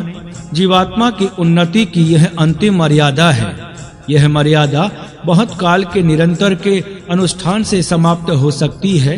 तब यह अमृत पुत्र पिता के वैभव से युक्त हो सकता है। पुत्र पिता के समान आज ही जावे अथवा कुछ काल के पश्चात हो जावे, वह पिता के वैभव को निसंदेह प्राप्त करेगा। यह सत्य है। वेद ने यह विश्वास इस सूक्त द्वारा लोगों को बताया है। जगत के दुख देखकर जन निराश ना हो, धर्मानुष्ठान करते हुए बढ़ते जाएं। अब उनका अनुष्ठान हो जाएगा और अब उनके सब मल धोए जाएंगे। तब वे परम पिता के वैभव से संपन्न हो जाएंगे। अनुष्ठान की तीव्रता और निर्दोषता के प्रमाण के अनुसार काल थोड़ा लगेगा अथवा अधिक लगेगा, यह बात प्रत्येक के ऊपर ही निर्भर है। पिता के गुण न्यून प्रमाण से पुत्र में रहते हैं। इन गुणों का विकास करना ही पुत्र का कर्तव्य है। पिता की सहायता सदा तैयार ही है। पुत्र के गुणों के विकास की परम सीमा उनका पिता के समान बनना ही है। पिता का दर्शन इस पुत्र ने सबसे प्रथम जनितारम अपशयत मंत्र 1 अपने पिता का दर्शन किया था। तत्पश्चात यह पुत्र संसार में फंस जाने के कारण उनसे विमुख हो गया है। यह विमुखता इस समय इतनी बढ़ गई है कि यह पिता को भूल ही गया है।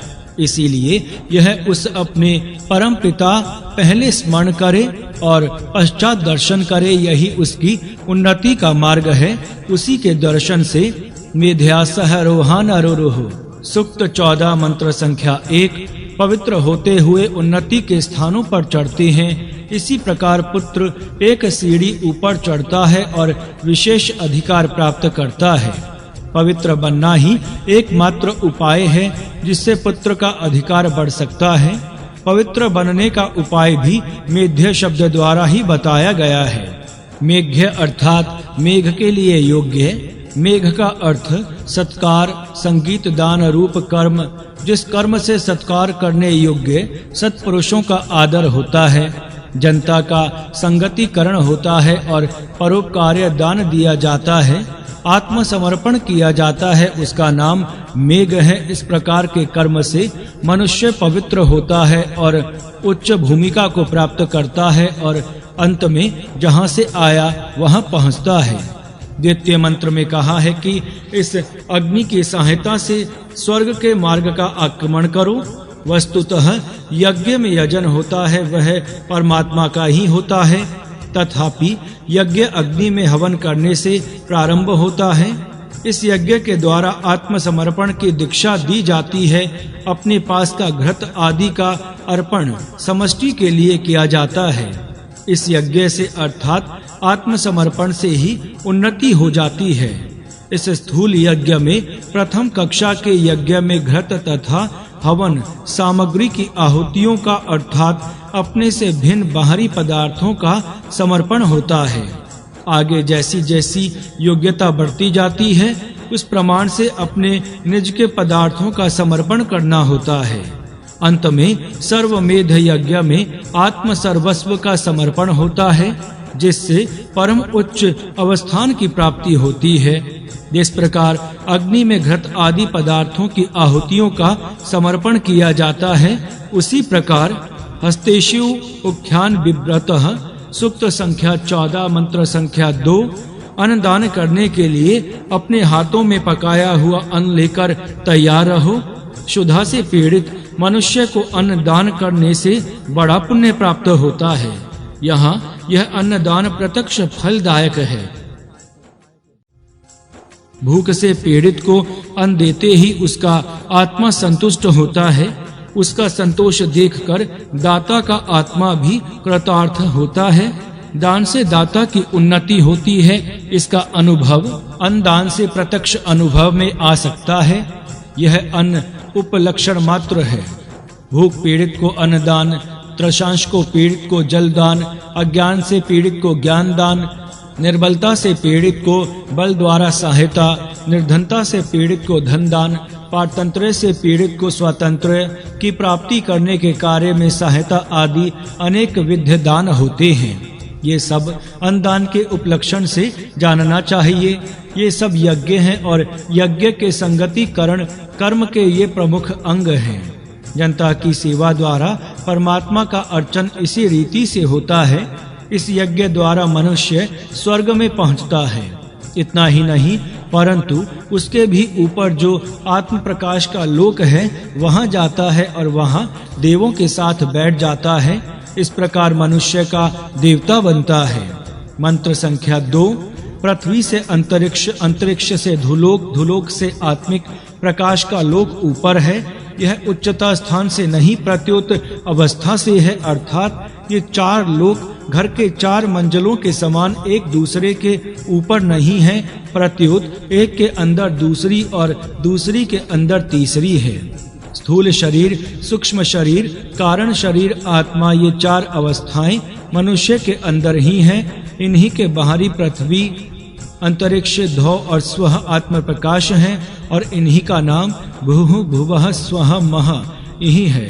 जिस प्रकार स्थूल के अंदर सूक्ष्म शरीर होता है, उसी प्रकार पृथ्वी लोक के अंदर अंतरिक्ष लोक होता है। इनमें साधारण मनुष्य स्थूल भूलोक में विचरता है। अंतरिक्ष आदि उच्च भूमिकाओं पर वह तब कार्य कर सकेगा।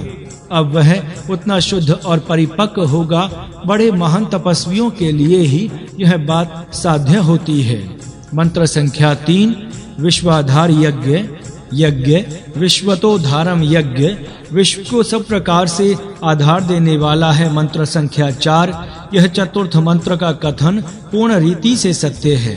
यज्ञ का अर्थ है त्याग। इस त्याग से ही जगत की स्थिति है। हर एक स्थान में यह सत्य है। पिता अपने वीर्य के त्यागने से संतान को उत्पन्न होने के लिए आधार देता है और माता अपने गर्भधारण के लिए जो कष्ट होते हैं उनको सहती है और उस प्रमाण से स्वसुख का त्याग करती है और आगे दुग्ध आदि पिलाकर भी बहुत त्याग करती है। इस प्रकार माता पिता के अपूर्व त्याग से संतान निर्माण होता है। इसी प्रकार यह त्याग पशु पक्षी वृक्ष वनस्पति आदि सृष्टि में भी होता है, जिससे उनकी सृष्टि होती है। सूर्य अपने प्रकाश का जगत के लिए अर्पण करता है। इसी प्रकार अग्नि वायु जल आदि देवताएं अपनी शक्तियों का जगत की भलाई के लिए त्याग करती हैं। इस त्याग से जगत की स्थिति हुई है। परमात्मा ने अपने त्याग से ही यह संसार बनाया है। इस प्रकार विचार करने से पाठकों को पता लग सकता है कि इस त्याग से अर्थात आत्मसमर्पण रूप महायज्ञ से ही विश्व चल रहा है। इसीलिए यज्ञ को संपूर्ण विश्वक आधार कहते हैं। वह नितांत सत्य है। जो उत्तम विद्वान इस विश्वाधार यज्ञ को फैलाते हैं अर्थात अपने आयु भर करते हैं, वे इस भूमि से सीधे धुलोक पर चढ़ते हैं। वे वहां के स्वर्ग सुख की इच्छा नहीं करते और वे उसके भी ऊपर जाके आत्म ज्योति के प्रकाशमय स्थान को प्राप्त करते हैं। यह लोक तो आत्मसमर्पण रूप यज्ञ करने से ही प्राप्त हो सकता है। सच्चा चक्षु पंचम मंत्र में इस परमात्मा को देवों और मनुष्यों का चक्षु कहा है। देवतानाम उत मानुषाणाम चक्षुः। सूक्त संख्या 14 मंत्र संख्या 5। देवों और मनुष्यों का आँख यह आत्मा है। मनुष्यों के आँख मनुष्यों के शरीर में रहते ही हैं, परंतु वे स्वयं कार्य नहीं कर सकते। सूर्य के प्रकाश के बिना आँख देखने में असमर्थ है, इसीलिए सूर्य को आँख कहते हैं। परंतु सूर्य भी परमात्मा का ही प्रकाश शक्ति के बिना प्रकाश देने का कार्य नहीं कर सकता, इसीलिए परमात्मा को सूर्य का सूर्य कहते हैं। इससे यह हुआ कि आँख का आँख सूर्य और सूर्य का सूर्य परमात्मा है। इसीलिए वस्तुतः आँख का सच्चा आँख परमात्मा ही हुआ है। यही भाव ऊपर के मंत्र भाग का है। यह केवल आँख के विषय में ही सत्य है ऐसा नहीं, परंतु हर एक इंद्रिय के विषय में भी वैसा ही सत्य है। अर्थात वह जैसा आँख का आँख है, उसी प्रकार कान का कान, नाक का नाक, मन का मन और बुद्धि का बुद्धि है। इसी प्रकार सब इंद्रियों का वही मूल स्रोत है।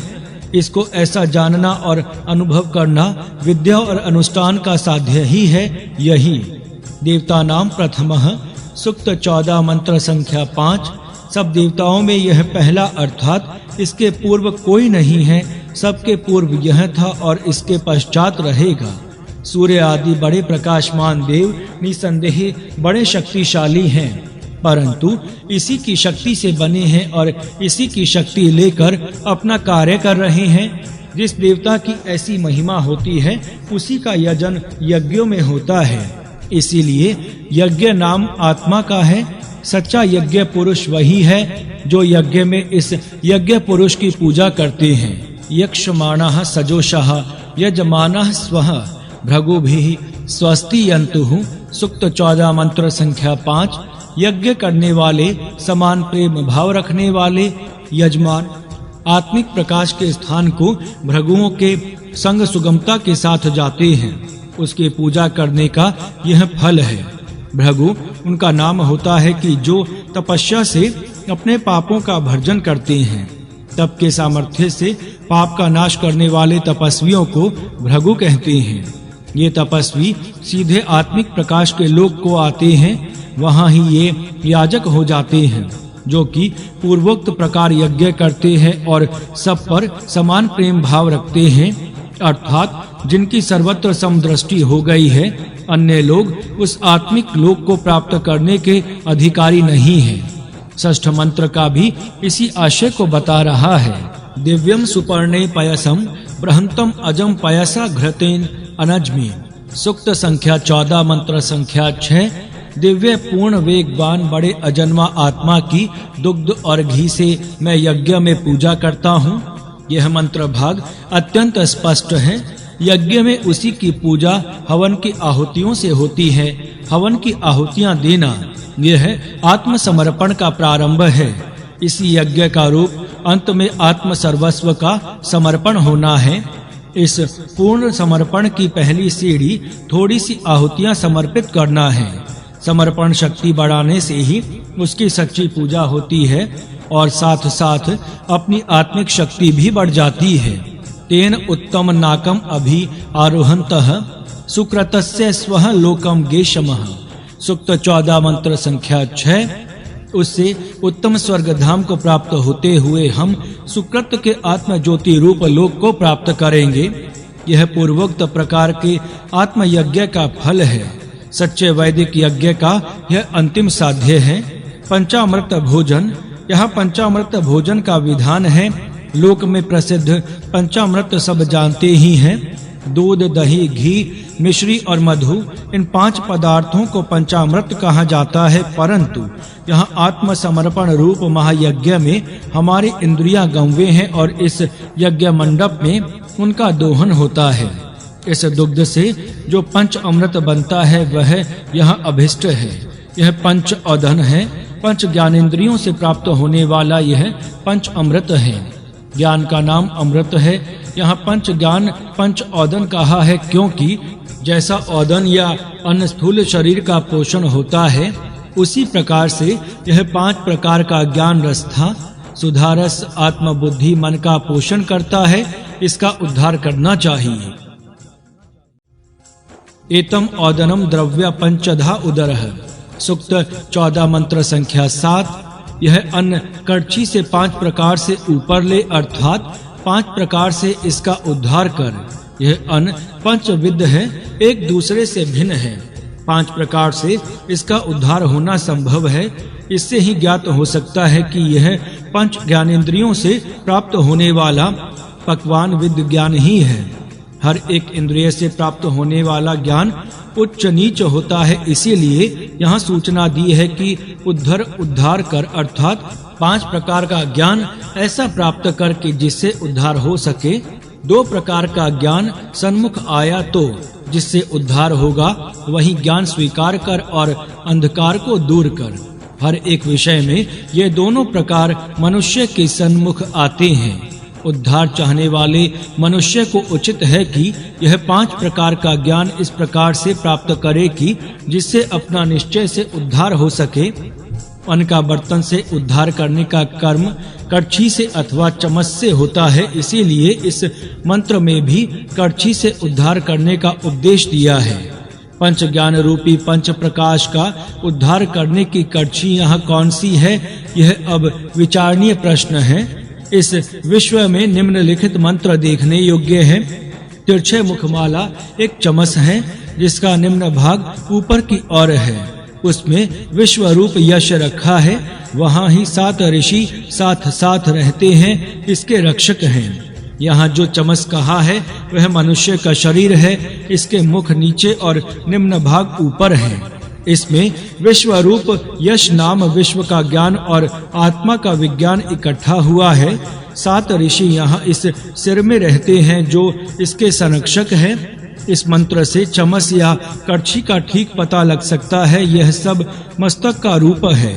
इसी से ज्ञान रूप 5 प्रकार का अन्न दिया जाता है और अच्छे बुरे का विचार भी यहाँ ही होता है। इस सूक्त के दर्वी शब्द का संबंध इस मंत्र के चमस शब्द से जोड़कर देखें। पाठक जाने कि ये दर्वी, कड़छी और चमस एक ही है। पाठकों को सूचनार्थ निवेदन यहाँ है कि यज्ञ में जो सामग्री अथवा चमस आदि साधन आवश्यक होते हैं, वे सब अंत में अपने शरीर पर ही घटाए जाते हैं। वेद की यह परिभाषा है। यहाँ चमस शब्द शरीर में घटाया है, समीधा शब्द अन्य स्थान पर घटाए हैं। इस प्रकार सब पदार्थ भिन्न भिन्न स्थानों के मंत्रों में घटाए हैं। इस प्रकार वेद बताएगा कि अंतिम यज्ञ आत्म सर्वस्व के समर्पण से ही होना है। अस्तु, इस प्रकार यहाँ पंचविध ज्ञान को अपने उद्धार के लिए प्राप्त करने का उपदेश सप्तम मंत्र में पूर्वार्ध में दिया गया है। इसके पश्चात 2 मंत्रों से अर्थात सप्तम का उत्तरार्ध और अष्टम पूर्ण मंत्र से अपने शरीर को विश्व रूप बनाने का उपदेश कहा है। विश्व रूप बनो। अपना शरीर यह केवल अपने लिए नहीं, प्रत्युत वह सब विश्व की भलाई के लिए है। इसको विश्व के लिए समर्पण करना चाहिए। मैं सब जगत का एक अवयव हूँ। अवयव की पूर्णता अवयवी के लिए समर्पित होने से ही हो सकती है।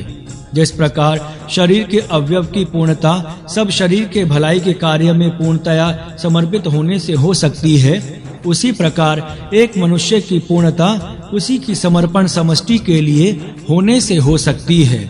यहाँ आत्मसमर्पण की कल्पना यहाँ इन मंत्रों में बताई गई है, जिसका स्वरूप यह है।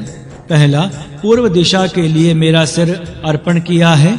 दूसरा, दक्षिण दिशा के लिए मेरा दक्षिण कक्षा अर्पण की है।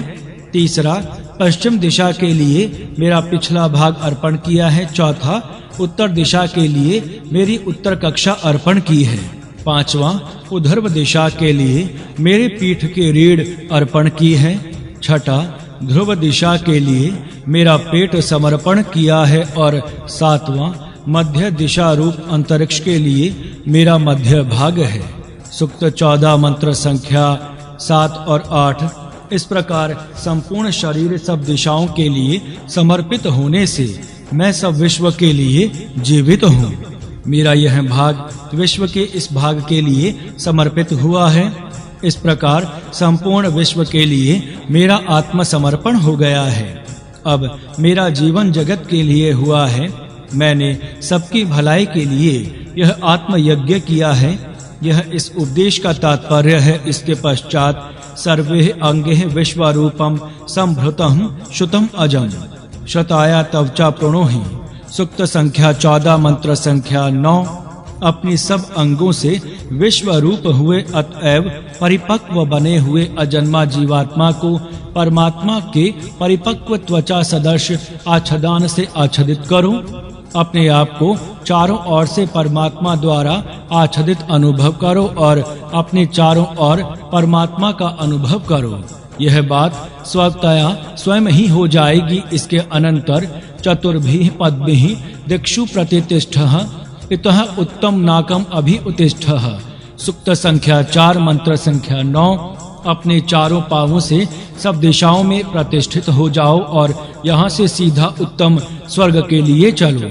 अब तुम्हें कोई बीच में थकावट नहीं होगी, रुकावट नहीं होगी। यहाँ वर्णन किए हुए 4 पांव जागृति, स्वप्न, सुषुप्ति और तुर्या हैं। चतुष्पाद अज आत्मा का वर्णन मांडुक्य उपनिषद में है। यह अज आत्मा चतुष्पाद है। इसका प्रथम पाद जागृति है, जिसमें बाहर के जगत का ज्ञान होता है। इसका द्वितीय पाद स्वप्न है, जिस अवस्था में इसकी प्रज्ञा अंदर ही अंदर होती है। इसका तीसरा पाद सुषुप्ति अर्थात गाढ़ निद्रा है, जिस समय एकीभूत होकर आनंद अवस्था में लीन होता है। और इसका चतुर्थ पाद उदष्ट तथा अव्यचार्य है। यह वर्णन इस आत्मा का चतुष्पाद स्वरूप बता रहा है। कई लोग 4 पांवों का वर्णन होने से चतुष्पाद अज का तात्पर्य 4 पांव वाला बकरा समझते हैं और अर्थ का अनर्थ करते हैं। उनको उचित है कि वे इस उपनिषद के वचन का भी यहाँ मनन करें। सीधा उत्तम स्वर्ग धाम में जाना इन्हीं 4 पांवों से संभवनीय है। यह बात स्पष्ट होने से इस विषय में अधिक लिखने की यहाँ आवश्यकता नहीं है। जागृत, स्वप्न, सुषुप्ति और तुर्या में जो अनुभव मिलते हैं और जो जागृति में जो कर्म किए जाते हैं, उनसे ही मनुष्य की उन्नति हो जाती है। इनके बिना कोई अन्य मार्ग नहीं है। एक शंका, इस सूक्त में भूलोक के ऊपर, अंतरिक्ष से ऊपर स्वर्ग, स्वर्ग से ऊपर आत्म प्रकाश का लोक है, ऐसा कहा है। मंत्र में आरोह पद भी दर्शाता है कि यहाँ ऊपर चढ़ने का भाव है। इसीलिए साधारण लोग इन लोकों को एक के ऊपर दूसरा मानते हैं।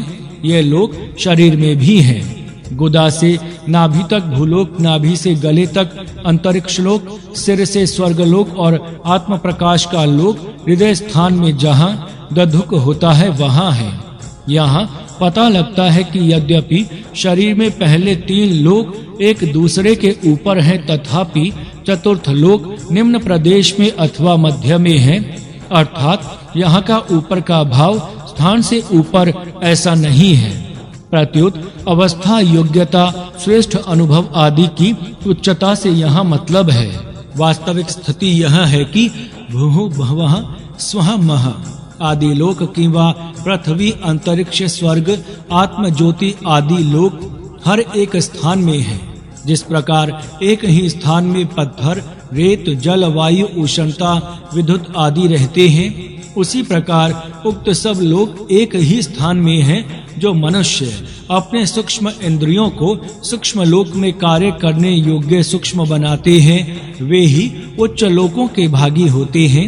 अर्थात यहाँ रहता हुआ मनुष्य भी आत्म प्रकाश के लोक का अनुभव ले सकता है। पाठक इस सूक्त का इस रीति से मनन करें और उचित बोध प्राप्त करके अपनी आध्यात्मिक उन्नति का मार्ग आक्रमण करें। अथर्ववेद वृष्टि सूक्त 15 ऋषि अथर्वा देवता मरुतः प्रजनयः। चारों दिशाओं में बादल आ जाएं, वायु जोर से बहे, उस वायु से मेघ आकाश में आ जाएं और बड़ी गर्जना होकर बड़ी वृष्टि होवे। मेघ से आने वाला जल वनस्पतियों को मिले और सब वनस्पतियां उत्तम परिपुष्ट हो जावें।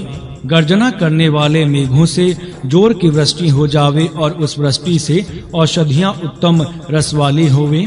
वायु जोर से मेघों को लावे और प्रचंड धाराओं से अच्छी वृष्टि हो जावे। सूर्य की उष्णता से समुद्र के पानी का भाप होकर वायु से ऊपर जावे, वहां वह इकट्ठी होकर मेघ बने। वहां बिजली की गर्जना होकर पृथ्वी की तृप्ति करने वाली वृष्टि होवे। मेघ गर्जना करें, विद्युत कड़के, समुद्र उछल पड़े, भूमि पर ऐसी वृष्टि हो जावे कि किसान अपने घर जाकर आश्रय लेवे। जल देने वाले मेघ सबकी रक्षा करे, उनसे भूमि पर उत्तम वृष्टि होवे। हर एक दिशा में बिजलियां चमके, वायु जोर से चले, उनसे चलाए मेघ खूब वृष्टि करें। मेघ विद्युत वृष्टि जल जल स्थान से सब मनुष्यों की रक्षा करें। वायु से चलाए मेघ पृथ्वी पर उत्तम वर्षा करें। मेघों में विद्युद्रुप अग्नि है, वही वृष्टि करता है, इसीलिए वह औषधियों का अधिपति है। वह ऊपर से वृष्टि करे और हमें अमृत जल देवे, उससे प्राणियों को जीवन दान मिले, इस प्रकार हम सबकी रक्षा हो। यह प्रजापालक समुद्र के जल को प्रेरित करता है, जिससे मेघ होते हैं। इससे भूमि के ऊपर पर्याप्त जल प्राप्त होवे। यह मेघ बिजली के साथ हमारी भूमि के पास आ जावे। मेघ की वृष्टि से पृथ्वी पर बड़े स्रोत बहें, जल में मेंढक उत्तम शब्द करें। व्रत करने वाले ब्राह्मणों के समान ये मेंढक मानो साल भर व्रत कर रहे थे, अब अपना व्रत समाप्त करके बाहर आए हैं और प्रवचन कर रही हैं। मेंढक मेघों को बुलावे और वे जल से तालाब भरने के बाद उसमें खूब तैरें। वृष्टि ऐसी हो कि जिससे मेंढक आनंदित हो जाएं, मेघ आ जाएं, खूब वृष्टि हो, बिजली कड़के, वायु बहे, औषधियां पुष्ट हो, खूब अन्न उत्पन्न हो और यज्ञ बढ़ते जाएं। यह सूक्त प्रजनय का उत्तम काव्य है। अत्यंत स्पष्ट होने से इसके स्पष्टीकरण की आवश्यकता नहीं है। यहाँ तृतीय अनुवाक समाप्त होता है। अथर्ववेद सूक्त 16 ऋषि ब्रह्मा देवता वरुणः सत्यानुतानविषणम्। इस संपूर्ण लोक लोकांतरों का एक बड़ा अधिष्ठाता है, जो इन सबका निरीक्षण प्रत्येक के समीप रहने के समान करता है। वह सबका विस्तार करता है और रक्षा करता है, सबको चलाता है, सब में विचरता है तथा सबको जानता है।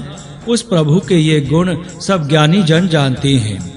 कोई मनुष्य ठहरा हो, कोई चलता हो, कोई किसी को ठगाता हो, कोई घर के अंदर छिपकर कुछ करता हो और कोई खुली जगह में कार्य करता हो, अथवा दो एक स्थान में बैठकर कुछ आपस में गुप्त विचार बातें करते हों, इन सब बातों को यह प्रभु उसी समय जानता है।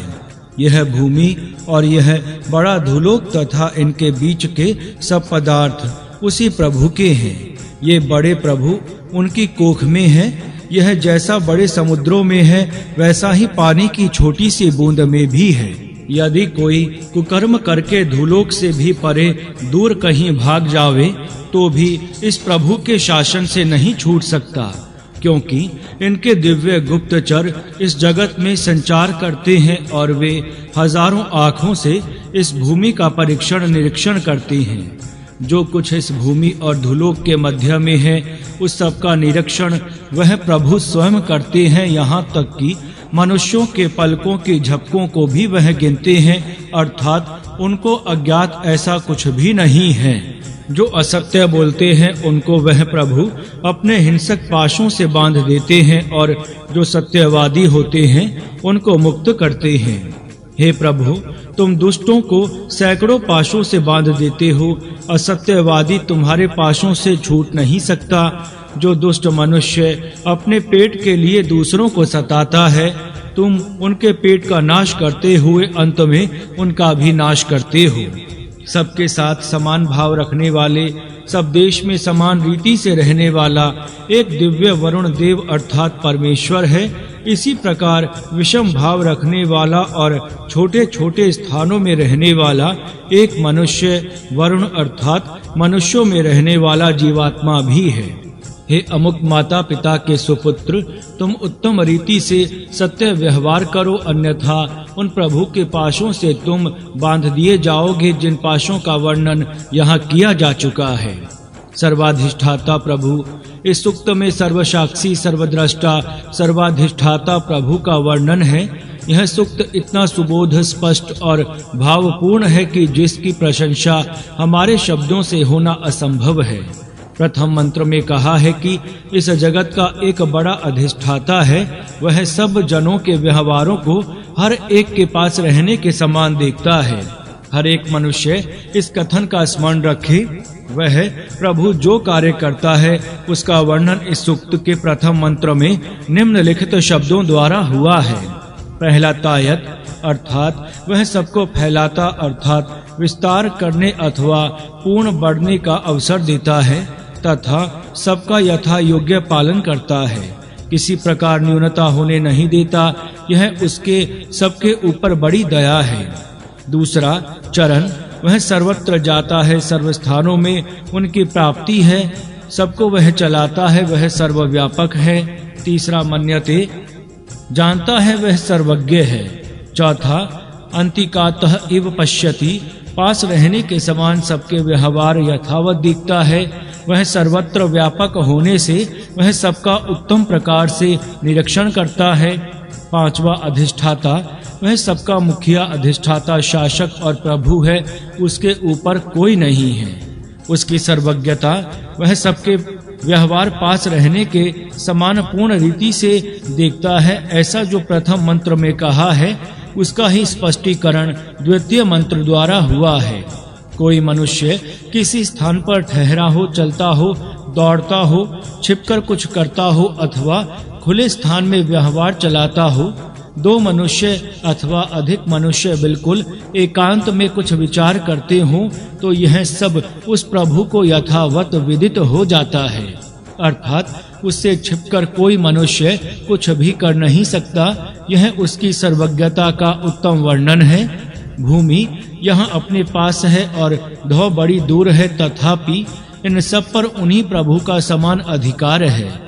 इतने बड़े विस्तार वाले विश्व पर उसे अकेला ही स्वामित्व है।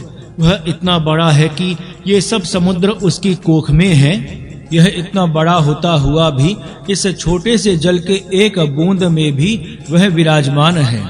प्रत्येक सूक्ष्म से सूक्ष्म अणु में वह पूर्णतया व्यापक हुआ है। यह तृतीय मंत्र का कथन है। प्रबल शासक, उसका शासन ऐसा प्रबल है कि कोई मनुष्य उसके शासनाधिकार से छूटने के लिए कहीं भी भाग गया और धूलोक से भी परे चला गया तो भी वह उससे दूर जा नहीं सकता। कहाँ भी गया हो तो भी वह उसके शासन में ही रहेगा। वह स्वयं सबका निरीक्षण करता है और उसके दूत भी ऐसे प्रबल हैं कि उनकी दृष्टि सबके ऊपर एक सी रहती है। मंत्र संख्या 4, जो कुछ इस धुलोक के बीच में है उस सबको वह प्रभु जानता है। यहाँ तक वह देखता है, गिनता है और नापता है कि आँखों के पलकों के झपक किससे कितने हुए हैं। यह भी उसको ज्ञात है। जो इतनी बारीकी से सब कुछ जानता है, उसको ना समझते हुए क्या कोई मनुष्य कुछ भी कर सकता है? कभी नहीं। मंत्र संख्या 5, इसीलिए सब मनुष्यों को यह मानना चाहिए कि वह हमारा निरीक्षक है, अतः उसको अपने सम्मुख मानते हुए उत्तम कर्म करके अपना अभ्युदय और निःश्रेष की सिद्धि हर एक को प्राप्त करनी चाहिए। उसके पास जगत, शरीर, कर्मेंद्रियां, ज्ञानेंद्रियां, मन, चित्त, बुद्धि, इन 7 क्षेत्रों में उनके विविध पाश फैले हैं। प्रत्येक क्षेत्र के अनुकूल उनके पाश हैं और प्रत्येक क्षेत्र में भी सत्व, रज, तम, इन 3 भेदों से भी पाश भिन्न हैं। ये सब पाश असत्य भाषण करने वालों को बांधते हैं और सत्यवादी को मुक्त करते हैं। सत्य निष्ठा यह महत्व पाठक जान लें और जहाँ तक हो सके वहाँ तक सत्य पालन में दत्त चित्त होकर अपने जन्म के साथ साथ सार्थकता करें। सप्तम मंत्र का आशय भी ऐसा ही है। अष्टम मंत्र में दैवी वरुण और मनुष्य वरुण का वर्णन है। इस वर्णन से वैदिक वर्णन शैली का पता लगता है, इसीलिए इसके विषय में थोड़ा सा विवरण देखिए। 2 वरुण, दिव्य वरुण और मानुष वरुण। दिव्य वरुण पहला समामय, सबके साथ समान भाव रखने वाला। दूसरा संदेशय, समान देश में रहने वाला अर्थात सब स्थानों में समानता रहने वाला। तीसरा देवः अर्थात जो देव संबंधी है। चौथा वरुण है जो श्रेष्ठ ईश्वर है। अब मानुष वरुण देखिए। पहला व्यामयः, विषम भाव से देखने वाला। दूसरा विदेशयः, जो स्थान विशेष में रहने वाला है। तीसरा मानुषः, जो मनुष्य के संबंध में है। चौथा वरुण है जो श्रेष्ठ जीवात्मा है। परमेश्वर सबके साथ समान व्यवहार करने वाला, सब स्थानों में समान रीति से व्यापने वाला देव है और जीवात्मा हर एक के साथ विषमवृत्ति के व्यवहार करने वाला तथा छोटे-छोटे स्थान में रहने वाला है। दोनों अपनी अपनी कक्षा में वरुण ही है, परंतु एक ही व्यापकता बड़ी है और दूसरे की छोटी है। एक ही शब्द से जीवात्मा परमात्मा का वर्णन किस ढंग से होता है, यह बात यहाँ पाठक देखें। यह वेद की वर्णन शैली है। अंतिम मंत्र में मनुष्य मात्र के लिए संदेश दिया है कि इस प्रभु के उपासक बनो, उसके आदेश में रहो और सत्य पालन द्वारा उनके अनुकूल चलो। जो लोग ऐसा ना करेंगे वे उसके पाश से बांधे जाएंगे, जो सत्य पालन करेंगे वे मुक्त हो जाएंगे।